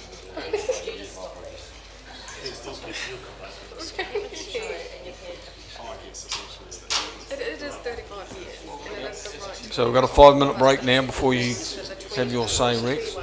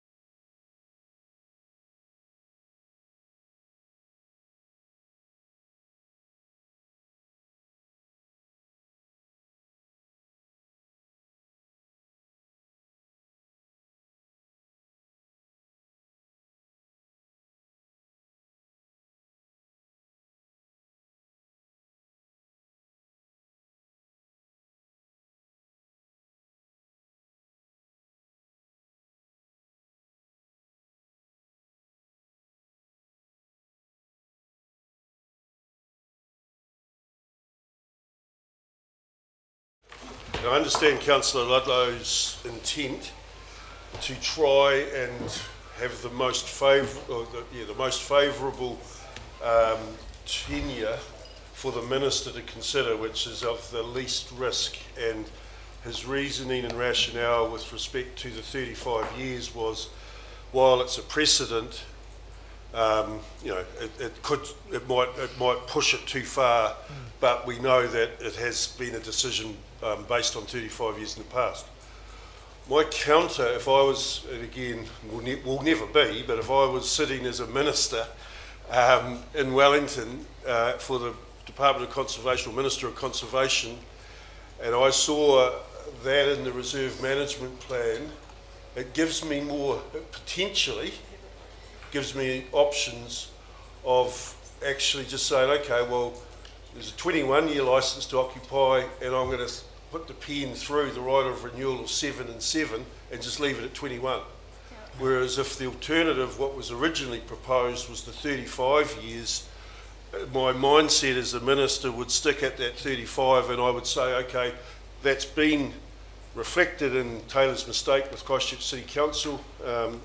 35 years, the precedent's there, and it takes away that uncertainty that could be created. It's only speculation. And having, in the break, talked to a number of the licence holders, I certainly think that there's a more favourable option to go back to the 35 years as that option. Except standing orders won't permit that. Right. Chair, I was just getting, sorry if I may, Chair, I was just going to add to that though that, playing that sort of psychological game with the minister. On the other hand, you could argue, I think, that if he is in the mood of striking something out, it's better to strike out the 7+7 than it is to strike out the 35. So okay, you're giving him a softer option of, if he's feeling in a bad mood or whatever, of striking out the 7 and 7, as you say. You don't want him to strike out the 35. Yeah, but that comes back on. Yeah, but you don't want him sitting there and striking out 35. No, I agree. To Councillor Arnold's point, what will come back will be the minister's decision. Right. But are we being a bit clever here? Do we think we're being a bit clever? Yeah, what? So the motion was really about de-risking Yeah. as much as we could. But in Either fact, way, there is no guarantee. Correct. The problem with revisiting it is you've just voted down 35 years. Yeah. And under standing orders, you're not going back there. Yep. So this motion that we've got in front of us will either be supported today or it won't. If it won't, we're in a bit of a rabbit hole going forward.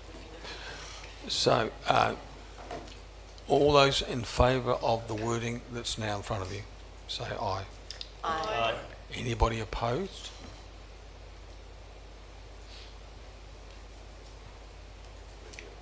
No?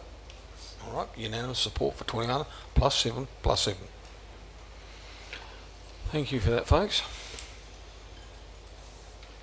Right, we've got some other work to do. Michael, you want item 13 to come forward?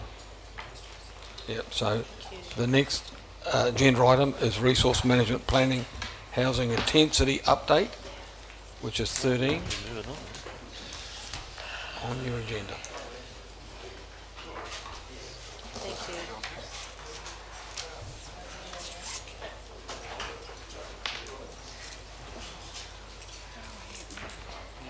Thank you.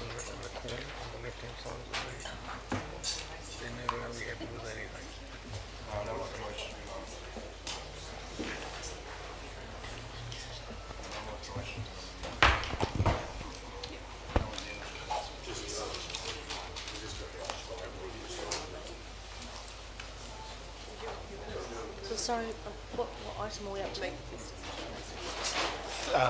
We're doing item 13. Thank you.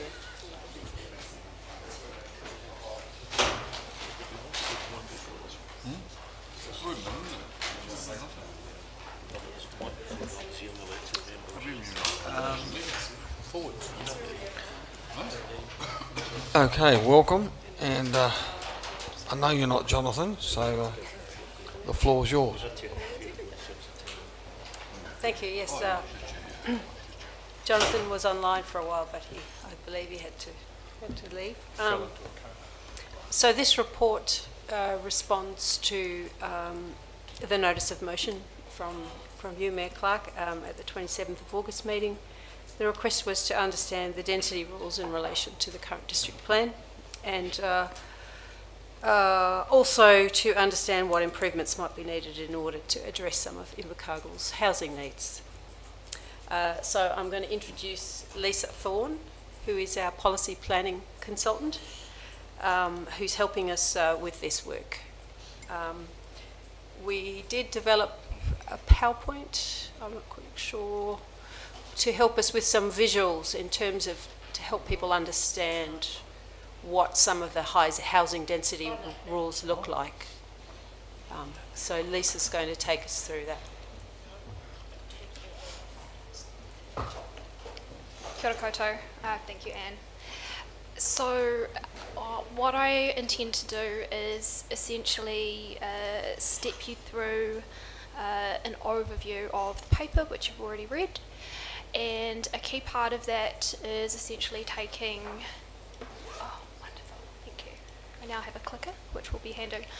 So essentially what I'll be doing is taking you through each of the zones that currently exist in the plan as it relates to residential development, so your residential zones and your rural zones, what density currently looks like in terms of what the plan enables, what the current housing need is in the plan in terms of what the gaps and issues are from the housing studies that were prepared in 2023 that analysed the existing capacity, and then what the next steps are from there to essentially look at preparing a plan change to address those gaps.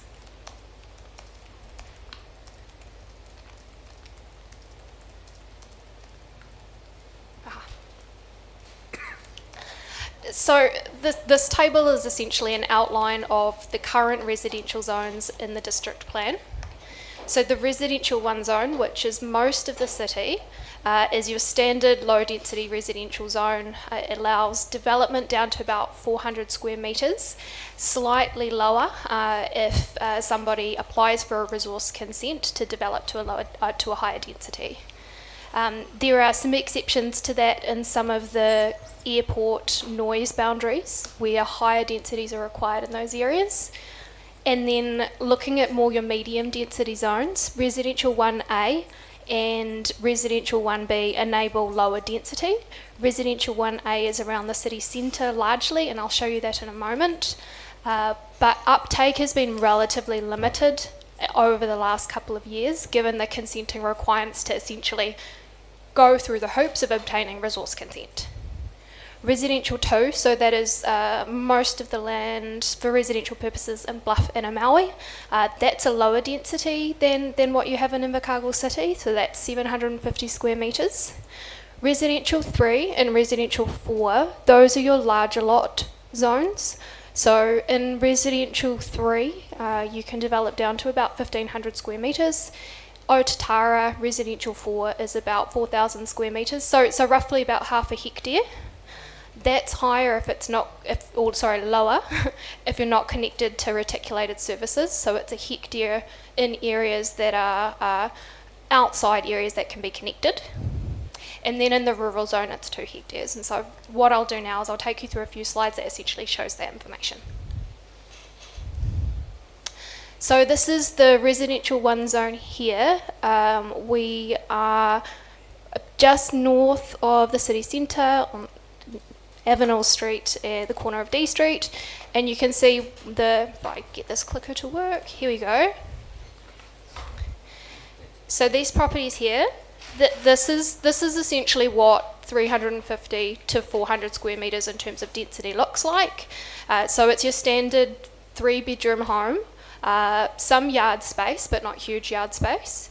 And then your slightly higher existing and older housing stock, like 34 to 42, that's your 650 square metre sections. And you can see here These haven't been developed with additional dwellings on the back like some of these properties have, essentially because access is challenging with where the existing homes are positioned.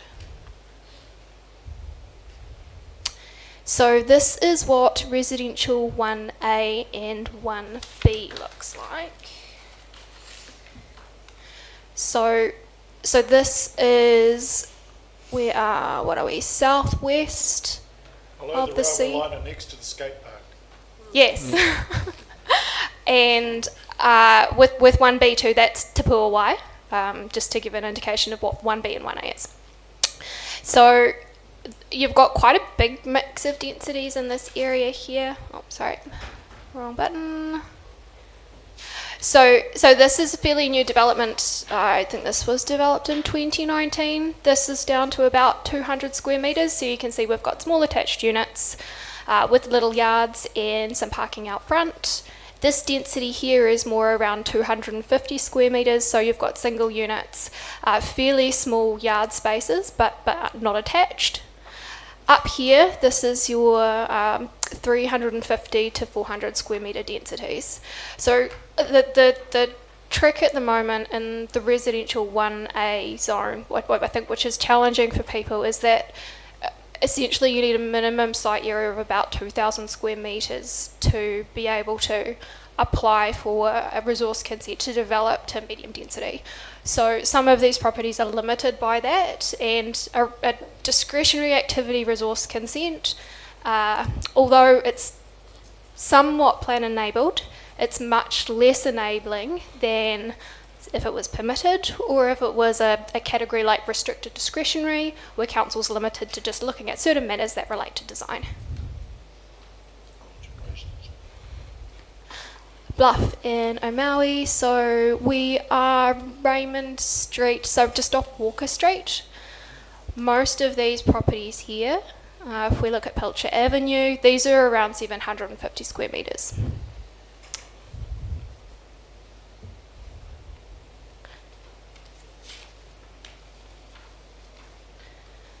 So residential 3, which is Seaward Bush, this is getting into more what your large lot residential development looks like. These properties here are around 1,500 square metres, and then these larger ones are around 2,000.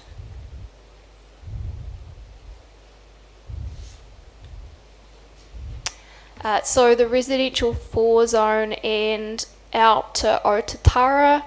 So we're in Otatara here. I've picked an area that's on the border of the serviced and unserviced areas of Otatara, so you can see what that looks like.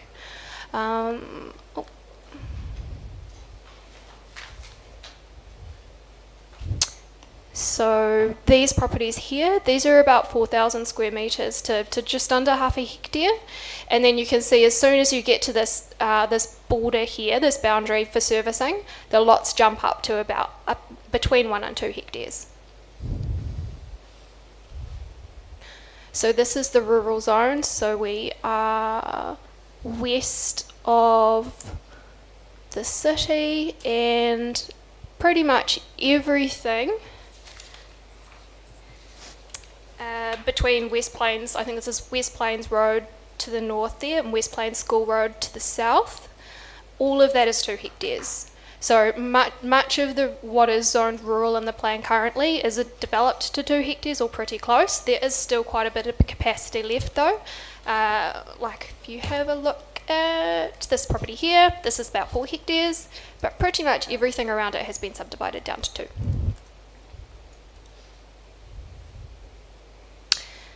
So having looked at the existing zones then, and the work that was undertaken in the housing studies that were prepared last year, what the growth scenarios indicate for the city is that under the medium scenario, so the likely scenario, there is demand for some additional dwellings within the next 30 years, around about 600. The high growth predictions indicate that there could be demand for around 5,000. The capacity study that has been prepared so far based on the existing zones and development capacity left in those zones is that there is sufficient zone land to provide even for the high growth scenario.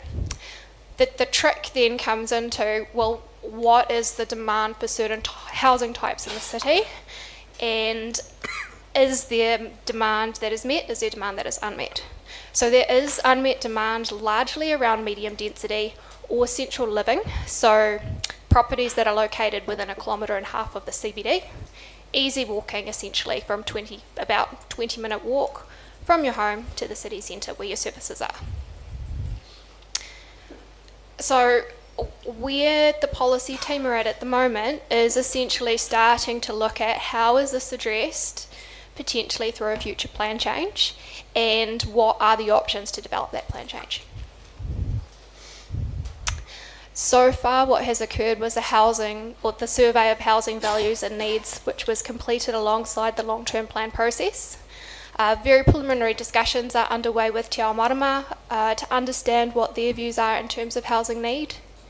And what we are currently looking at doing is preparing a scope and timeframes for the plan change to present at your next October workshop.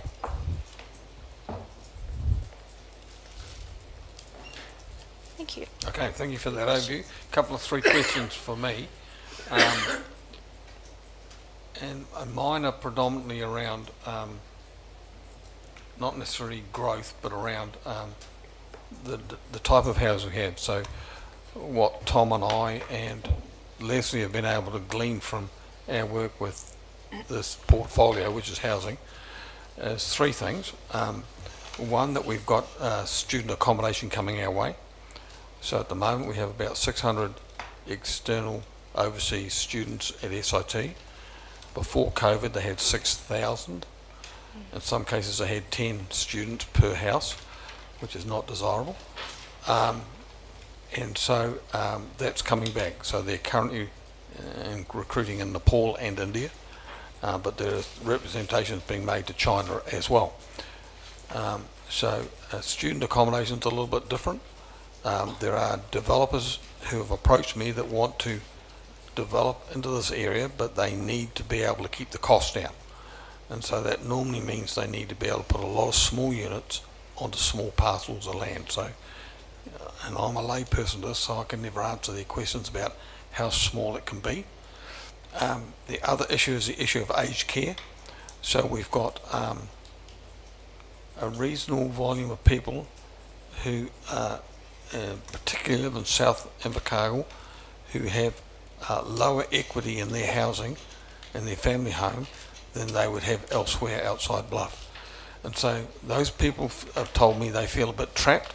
They can't sell their houses, their family houses, and get into something smaller because, 1, there's nothing available, and 2, to make it affordable within their equity gain when they sell the house, they've got to have something that's not too expensive. And we know from New Zealand-wide statistics that one of the big drivers of the boom in prices has been in the boom in the price of land, as opposed to the build itself.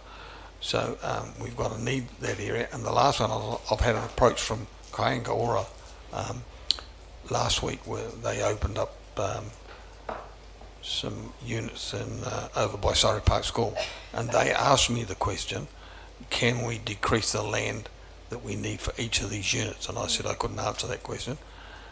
They said they had some involvement with Q-Bowl, which is there's a development there, but they're struggling with the size of the land they need to have for these units. And when I saw the ones that they opened last week, seeing the parcels of land that were with them that's already been approved was quite small, not much, a little bit of grass area and areas for parking. So that's the issue, I guess, that the developers are talking about. They're not wanting to go up, even though that has some cost benefit, because it's cheaper to go up than it is to go outwards because of the land price. But they are wanting smaller parcels of land and want to know where the boundaries are. Now, I can't ask that. When I look at your spreadsheet, it's a bit complicated for me. So I will be referring those people on to you so you can give them advice. And then if you find that we can't satisfy some of those needs, then I guess it needs to come back to someone like Darren, so that we can work through his committee and work through the district plan to sort of potentially change that if we all have more discretionary powers. my view of the world. Anybody else like to contribute? Darren? Yep. As a review of some of the classifications is proposed, one of the things that obviously wants to be addressed is the issue of density. And I think we need to bear in mind that at all times, and this sounds really harsh, but sadly it's the fact, at all times a developer wants to maximise the return from their investment. So they want as many bodies on the block of land as they can get. There have been challenges with that in the past, and we, under the previous issue, dealt with precedent, where the first student accommodation block that SIT put on Yarrow Street, not the second one opposite it, but the first one faced severe hurdles because it was being, they weren't taking into account sufficient amenity values, and in fact they got slammed by the Commissioner for bringing forward a proposal at the very last minute when they realised they weren't going to get what they wanted. Their next application was much betterer. I think there's still the opportunity around student accommodation for those 2-3 story accommodation blocks with smaller rooms. It's not uncommon, unlike not quite halls of residence, but smaller living spaces with a communal space. With some of the larger lot developments and the potential for retirement villages, there are still some spaces around that exist, but if somebody can find enough land, there's no reason why they can't apply for it. Under the current district plan, there is a block of land earmarked as the next cab off the rank, for want of a better stage for development, on Bainfield Road, between Invercargill and Nees Road. That's got the lowest threshold if somebody wanted to develop it. Alternatively, you know, Bupa found a great piece of land next to the racecourse in town, and so you can get a higher density because the developments are high end and have good amenity value. Kāinga Ora, I think, came to us sometime in the last 5 years, and I'm sorry, but with COVID it's blurred, wanting to go almost below the 250 minimum. But actually the design proposal that they came forward with was sufficient that it created amenity for each of the units, and it was able to be approved under delegated authority. Didn't even need to go to a hearing. So it is possible, as long as some of those factors are taken into account, and the review of the residential parts of the district plan also gives us an opportunity to look at greater urban density. The CBD, for example, you know, not that they should be there, but there are flats in some of those buildings in the centre of town that for years went untenanted because people, or tenants in there, were complaining about the noise from nearby nightclubs. Well, you know, the nightclubs were there, it's the CBD, what do they expect? Our makeup as a city has changed sufficiently since then that there are people who tolerate that because they come from places where there is intense population and they want that type of vibrancy. So again, there's the opportunity for reuse of some of those spaces. So I'm really looking forward to seeing what comes forward. I mean, any developer can be reminded if the application is good enough, we look at it. But if it's going to be at the cheapest possible price, it's probably going to come at a hearing. It depends on how hard they want to push. We don't want to discourage it because obviously there is a need for housing. Urban infill is one of those things that in some parts of town is going to be easy to achieve, particularly in South Invercargill where a lot of those large sections remain undeveloped. But there's a burden that comes with that. And Windsor is a prime example where some long sections have developed with sausage-style ownership flats that don't have a great deal of amenity. Not that people want them because they don't actually want a garden to do necessarily. Some of them don't want a garden to do. But the downside is that they have concreted over all that lovely grass that the rainfall used to go through. And then the sewers get overloaded. not the sewers, the stormwater. Hopefully not the sewers. And so there are all those things that have to be taken into account. And, you know, we're at a really good time to have a look at the district plan, and we're lucky now that the thing can be done in bite-sized chunks instead of having to review the whole thing, because, my God, I can assure you that's a process I never want to go through again. It was a quiet 5 years, and quiet is polite Kiwi understatement. So we also need to be aware that the RMA is a piece of legislation that gets booted around every political term and is currently being rebooted and booted, and ultimately we need to give effect to the RMA and national policy statements and regional policy statements, and the district plan comes last on those. But sometimes if we hear from developers who are squeaky because they can't get what they want, it's generally because they're aiming too low. We absolutely want development, but we want good development. And one of the things I think we should possibly look at, not that it needs to form part of the district plan review, but it's actually recognising those developers who have done well. So what are we doing to encourage good development, creative development that's made great use of amenity?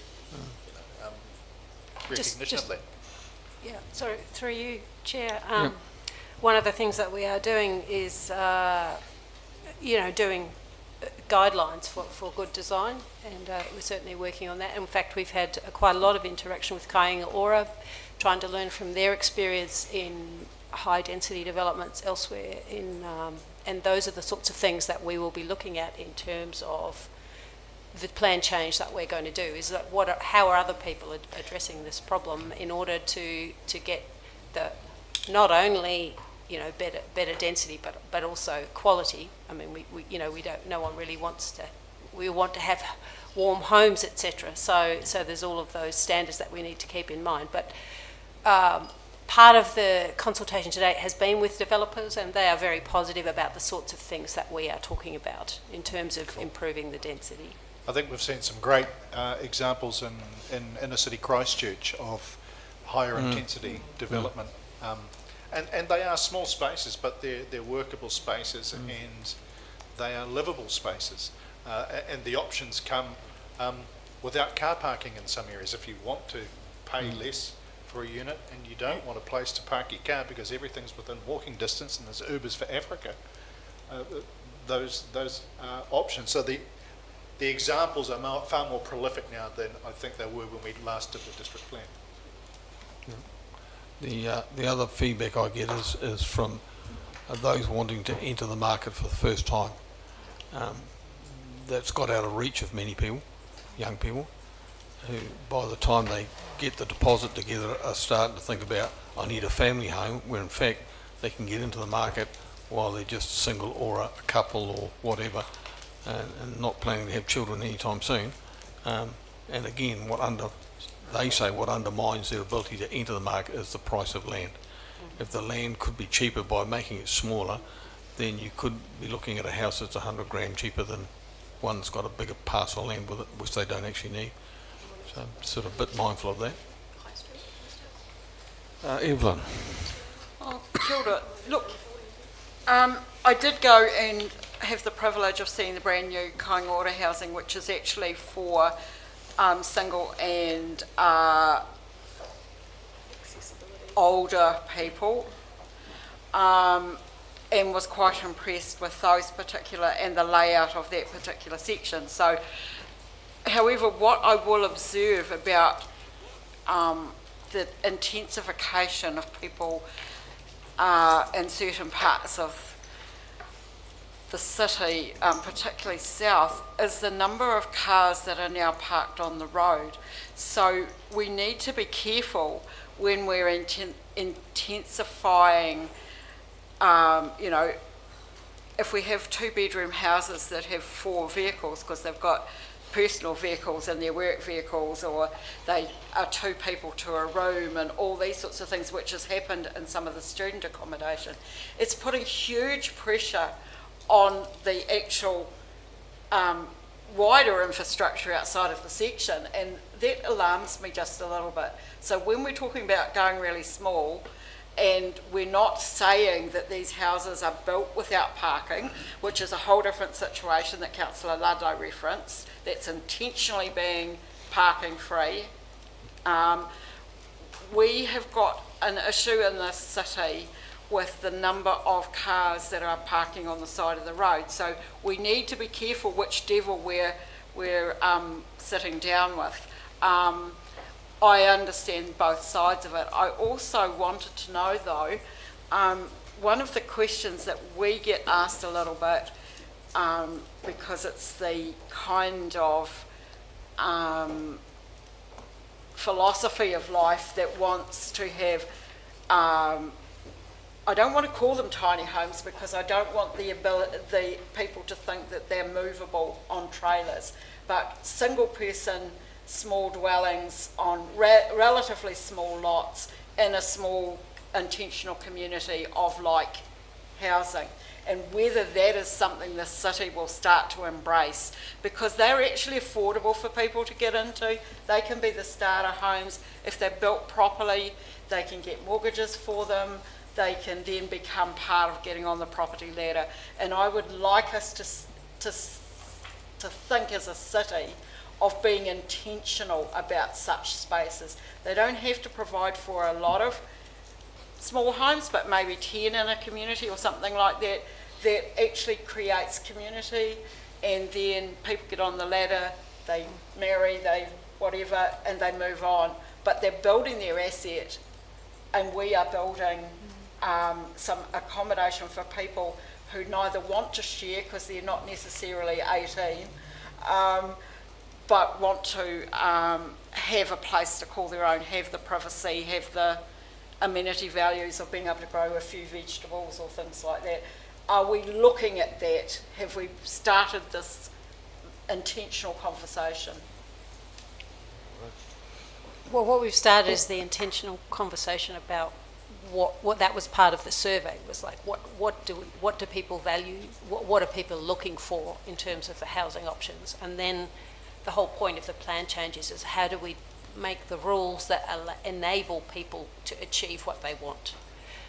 Ultimately, you still need developers to, or you know, there's still we don't have control over, you know, who does subdivisions and so on, but the rules need to enable choice, and I guess that's what we are intending with the plan change. So just to reinforce what Evelyn said, I link into a website once a month which is called Tiny Homes New Zealand. It's a trust. They're started with homes on wheels, as Evelyn said, to scoot around the building, compliance, but are now moving into more semi-permanent homes, I guess you'd call them. And some councils, certainly in the Bay of Plenty, are open to that. They're saying that this is the first entry point for many struggling people, that you just can't go from homeless into a home. It doesn't work as easy as that. So if you remind me, I'll give you the details, because it's quite a good little wee website. They have a live session once a month. I don't always get to it, but well, I'll give you the details for it anyway. It's quite interesting to know what other councils are doing. Yep. No other questions? It's certainly a popular lifestyle choice, Matt Clark, and there's nothing in our district plan that prevents them either. No. Well, it's a much cheaper option to get into, and it does help address some of the homelessness and other stuff that's going on. If I could just add a comment through the chair. Yep. Although there isn't anything in the district plan that prevents it, I think that the thing that is a challenge for developers and for potential homeowners at the moment is the discretionary pathway in the plan. When someone is looking to develop something, having a bit more certainty is what they need to essentially put them in the position to be able to seriously think about it and put a resource consent application in. And the challenge with the discretionary resource consent applications is it does give council full discretion to decline. There are some simple changes that can be made to the plan, so the right kinds of issues are still looked at through a resource consent process. Access to daylight, making sure on-site amenity works well, making sure car parking functions, but is still set up in a way that provides people more certainty through, say, a controlled or a restricted discretionary pathway. That actually, if they design to the standards and they're, they're according with some good medium density design guides, that they can reasonably expect that their development would be successful. Okay, thank you for that. Any further questions? Move the reports received. Yep, thank you. Seconded, Barry. All those in favour of the report being received?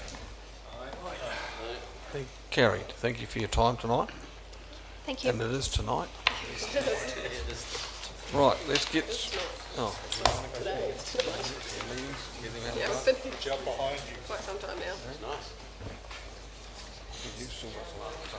30 unit work at village designed to solve I did. one of the town's Okay, we've got a range of minutes to receive. So let's work through that. So the first one is the minutes of the extraordinary council meeting held on the 26th of July. Moved. Seconder, Grant, all those in favour? Aye. Carried. Minutes of the meeting of the council held on the 27th of August, 2024. Mover, thank you. Grant, seconded. You're too slow, Trish. All those in favour? Carried. Minutes of the Bluff Community Board meeting held on the 2nd of September. Barry and Grant. All those in favour? Carried. Minutes of the Infrastructure and Projects Committee meeting held on the 3rd of September. Yep, I'll move those as chair. Yep. Oh, that was a chance, Trish. You could have been in there. Yeah. All right, Barry seconded. All those in favour? Carried. Minutes of the Community Wellbeing and Regulatory Committee meeting held on the 10th of September. Moved. Moved. Seconded, Barry. All those in favour? Carried. Being mindful that the minutes of the hearing of the disability policy has been left on the table till the next council meeting with a recommendation to go with it. Minutes of the extraordinary infrastructure and projects meeting held on the 17th of September. Trish and Grant, all those in favour? Carried. Coopers Creek we've already done. Oh, so this one here, local government. You're doing the M's, Mayor Clark? Yes. Can I move the 3 recommendations, please? Yes. Go Alex is seconded in that, thank you. Oh, am I allowed to? I don't know. Somebody else does. Probably better that somebody else Probably does. better that somebody else does. Right. I'm not. Trish, thank you. Please, thank you. So there's nothing to go with that, is there? So all those in favour of that report? Aye. Carried. Updates of 2024-25 fees and charges schedule. So these are the fees and fines around parking on a disabled park. Yep. Essentially, Mayor Clark, and we're giving effect to the legislation. I'm happy to move the 2 recommendations. A seconder? Second. Yeah, Alex, thank you. All those in favour? Aye. Carried. I think they squealed before. Wait till the next time. Upgrade to the temporary council chambers. Nobody wants to talk to that? The bare minimum. The sound is sorted. Can it happen, could it have happened before 2 o'clock this afternoon, please? Yeah. There needs to be something not just about the sound, but the soundproofing, or some disconnection from the extraneous sound that emerged around about 4:30. That was extremely distracting. I recognise that there are other existing users of some of the space, but it's a bit problematic. Yep. And I have raised that with Michael Morris in the past, and he has given me assurance that they are working on that, because the feedback I get publicly is that it's really hard if you're listening on live stream to hear what we're saying. I heard that the live stream was easier to hear than it is. Yes. The live stream is easier to hear than it is in the actual chambers. Because the microphones work on the live stream rather than through the speaker system. Yep. Oh, well, I'm open to Being it. here 2 weeks ago, I sat beside the mayor over there. I could hear him because he was beside me. I heard Evelyn and Erin was up there. There's only 3 I heard all what they had to say. Yep. It's bloody, it Yep. Okay. So Well, we, that speaker there doesn't even work. yep. I've stood up there for years. Yep. So, Most important we hear what's going on around us. Pardon? correct. So we've got a paper in front of us that it has 3 recommendations to it, and the third one calls for 3 councillors. Rangi's obviously one of them, and 2 other councillors or mana whenua to come on to the elected members reference group. So that I'm happy to sit on that, Mayor Clark, having whinged and bitched about the sound for so long. Rangi, Can I just suggest, like, the skills I'd be looking forward to work with, someone like Darren, and the reason for Darren is not so much his broadcasting skills, it's his familiarity with running meetings and the ease of use. And the reason I say that is that the options that will be put in front of council, and I've looked at 26 other councils over the short period, is how the microphone systems are used. So the choice will come that you've got to push buttons for it to work and things like that. Now, that may interrupt the free flow of discussion. So meeting protocols are important, and the other person I think that would be very handy on the group would someone who's good at IT. And that's because obviously we're going to interface with Zooms, Teams, stuff like that, and IT would be very good. Over you, Peter. you're culling most of us out. You say Peter? No. Not TWI. Yep. And you're right, Rangi. I have seen some systems in operation up north where when you vote, you use a little console that sits in front of the microphone. And if you want to speak, you do that. It's like basically putting a flag up. You don't have to have somebody sitting here recording who's So it may be a good thing or a bad thing, depending on. Yep. Yeah. Gore Council's a perfect example. Yeah, they've got that. Yep. Yes. No, you can't put your hand up to be one of the 3. I'm sorry, Peter. He's not looking for somebody who's half deaf. Hey, go on. I'll do it. The end of June, I was at the Workmen's Club AGM. There's about 200 people there. The committee were on stage, all had a microphone. You could hear every word everyone was saying. Yep. Even if they were speaking quiet like we do. Yep. It's still booming through. Yep. Yeah, Alex. We just need to upgrade. Yep. Correct. So we've got Rangi and who's given already, and Darren's got his hand up. Alex, have you got your hand up? You've got anybody else wishing to self-nominate? Thank you. That's the 3 that we need. Excellent. Somebody would like to move those 3 motions? Sorry, Mr Mayor, can I just point out that there was an option of mana whenua rep, and we seem to have gone right past that. Well, I don't think we did. I think Rangi said there were some skill sets that he was looking for. So if you're suggesting that mana whenua fit the IT skill sets, that's fine. I'm open to being open to that. Is the content of the committee entirely up to one councillor alone? Well, And the reason I pose the question is that I've already been asked about something to do with the reconfiguring of this space. It's a contribution that I can make. But also in terms of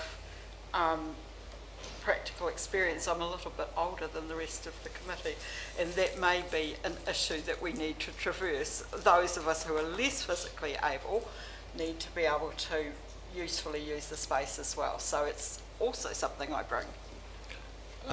I think you can read into the paper that the staff had already recommended Rangi because of his occupational experience in that area, and I value the fact that he suggested some other skills that we should be there. I don't see an automatic. I'm just with the systems, for example, the system I talked about that where you push buttons and stuff, the actual speakers sit in front of you. They're in the device. And if you are particularly hard of hearing or something, you can then further plug in like a earpiece and really get some good volume. So those things are, that's the type of thing that we would bring back to council to cover all aspects and purely technical. I want it technical. Room acoustics are important to cancel out that, but that's not. That'll be the building department. So I mean, Evelyn's making a good point, but I just this is, I'm looking for, yeah, it is. It's pretty, and then the choices will come back. But if Evelyn, I don't know if you want to be on, but it's.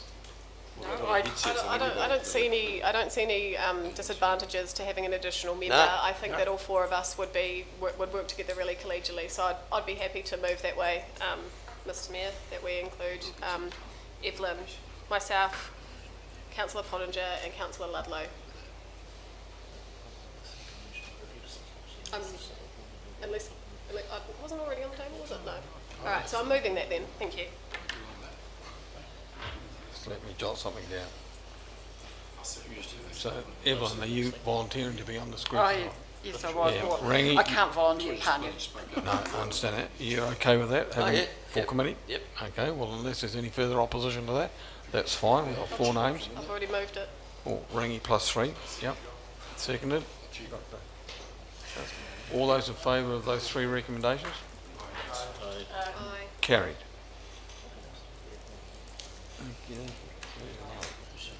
Chief Executive's management report. You've Thank got you. 2 minutes. Yeah, thank you through yourself, Chair. Look, I'll take the report as read. The one key one, probably that I'll highlight, I mean, there's many in there, but you've already talked about the parking one as one of them. But I would like to highlight just about the land transport fund.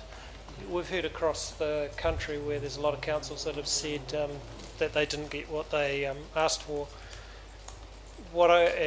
didn't get what they needed. What I would say to what we've achieved, we didn't get what we requested.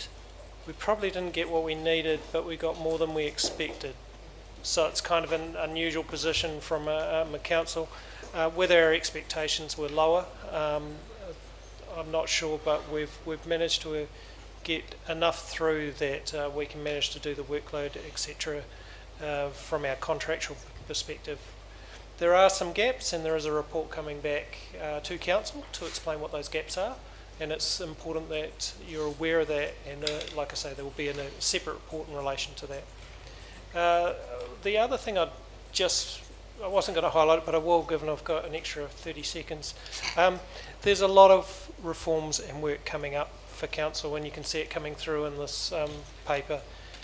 There's a lot before Christmas, and I just want to highlight that there's going to be a number of requests and papers coming up to council about going out for submissions, and potentially in some cases actual consultation. I'm thinking of Three Waters component coming into the new year. I'm thinking of the RMA reforms as they come through, and 14 changes being recommended that we're going to have to review over the Christmas period. So just highlighting that coming back from Christmas, that'll be a nice wee present for council to review what we've been reviewing over that period. So just want to highlight those things. They are important. Other than that, I'm open to questions in relation to the report. Any questions? Yeah, Evelyn. Mr. Day, did you get any feedback about State Highway 1 between Invercargill and Bluff in the funding round? I know we didn't get any, but did you get any feedback on why it's consistently being ignored? Not directly, through yourself, Chair, not directly. We're still actually working through that one to try and get it through the RONs, but it's currently not on the list, as our council representatives will be aware through the Roads of National Significance Committee that we've got. But we are still fighting for that particular one. I think Councillor Bond is on that particular steering group, and they had a meeting just the other day, but I think it's still off the list. Yeah, they had a meeting yesterday to go over issues that have come out from that. Substantially, other areas have received a lot more funding than we did. And as RC said, we got things that we weren't expecting, but we didn't get what we actually wanted overall.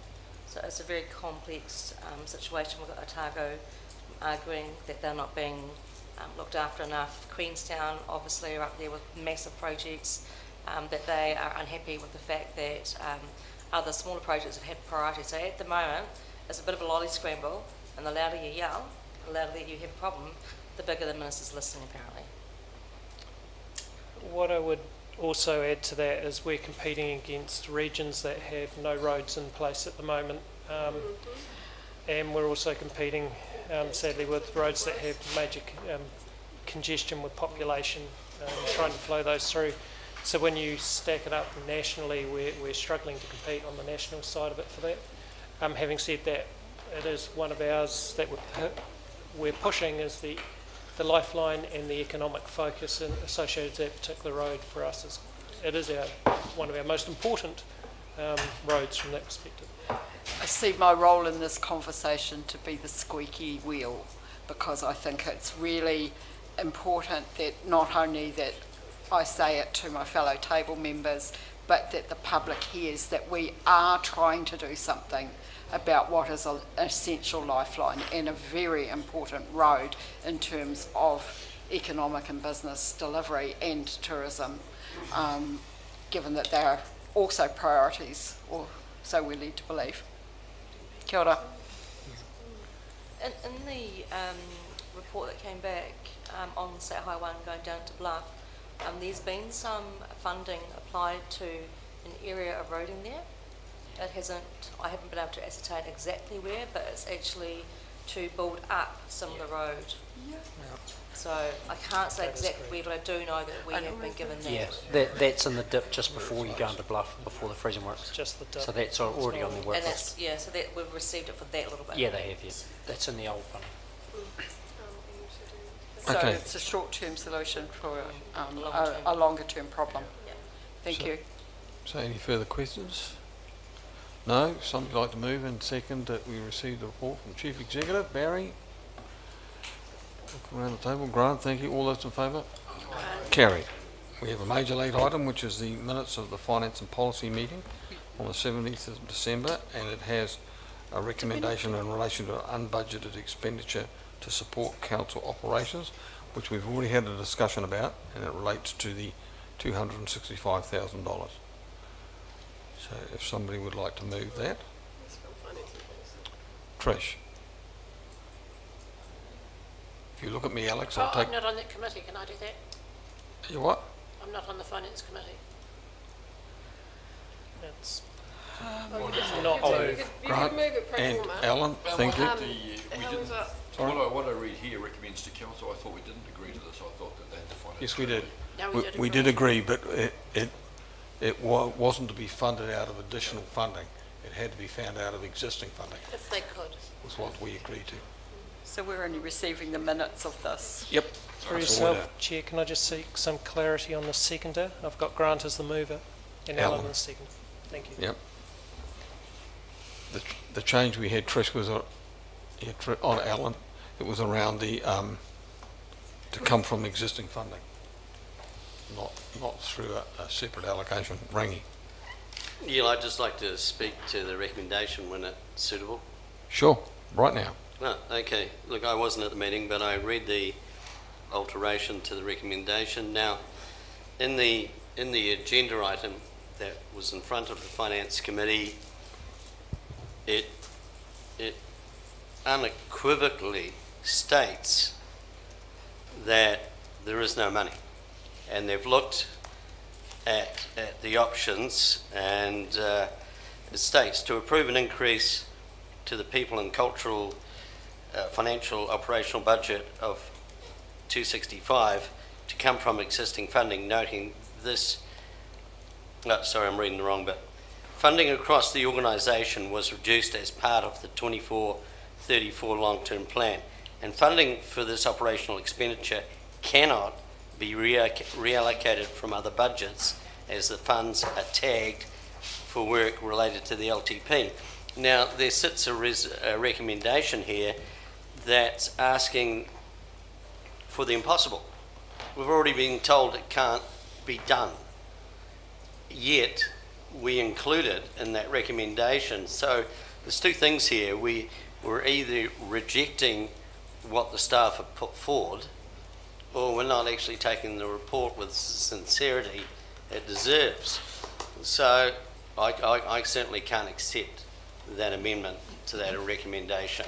You either approve the 0.02 increase or not, but to ask staff to find something that they've already told us they can't find is sorry, that's Yes, not well, acceptable. At the committee meeting in question, we had considerable debate about their ability to find, and the common ground that we got to was acceptance by staff that they would attempt to find through operational savings, and if they couldn't at the end of the year, then there is a fiscal impact that affects our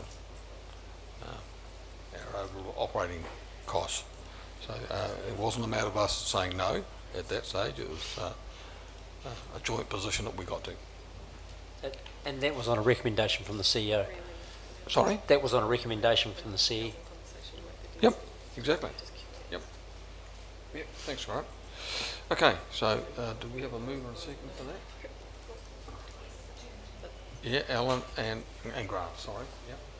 Oh, sorry. Trish, did you want to take Oh, something? no, I was just going to make sure that Ringy understood that that had come from you and it's already been said. Yep. 'Cause it was quite, it was badly reported in the newspaper, I might say, but it was quite clear at the table what the intention was. Yep.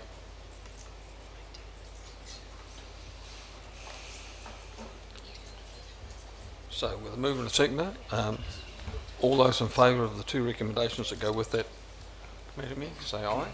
Aye. Carried. Through yourself, Chair, just clarify, I believe there's 3 recommendations on that. Oh, I've only got 1 or 2. Oh, no, sorry, they're incorrectly worded, it's 1 and 3 on the paper. So you've got 2. You are correct. Yep, thank you, With Chair. me? I know it's a long day. That was a terrible pun. So. Okay. Thank you, Darren. Moving into public excluded. To discuss items A to G as listed in the agenda for the reasons as stated. Thank you very much, Seconder. Yeah, Grant, all those in favour of us moving to public excluded? Chair, just before we go into public excluded, I'd ask that the item E on the report is left on the table. I don't have the staff official, and the council member that represents that particular committee is also away today. Just leaves there, somebody. Yep. Okay. There's a meeting on Friday. Yep. We've got that. The Southern Heritage is left on the table. Yep. All right. It's into public excluded that we are.